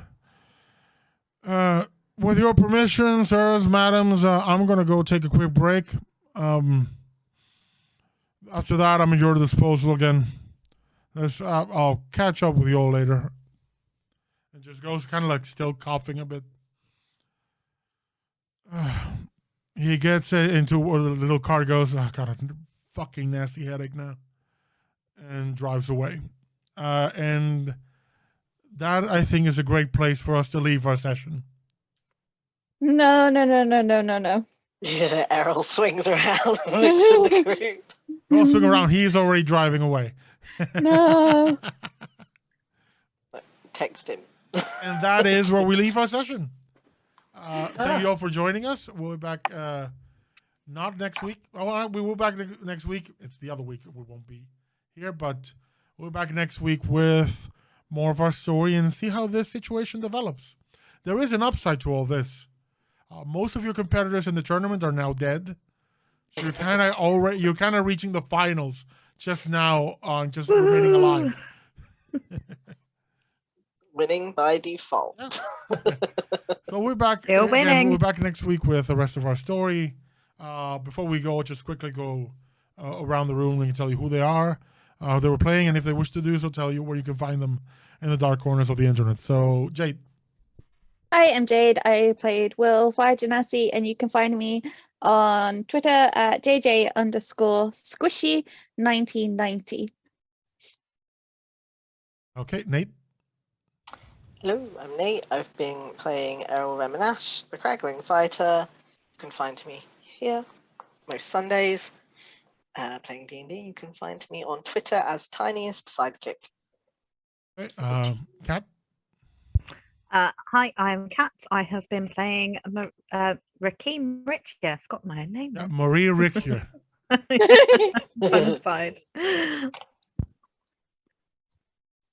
Okay, and Ash. I'm Ash. I've been playing Olo, the Lightfoot Halfling Sashimi Chef. Serving up Prime Octopus. Okay. That is going to be the end for us. Again, thank you all for coming. Thanks for watching. We hope you had a good time. We will see you next time. Bye.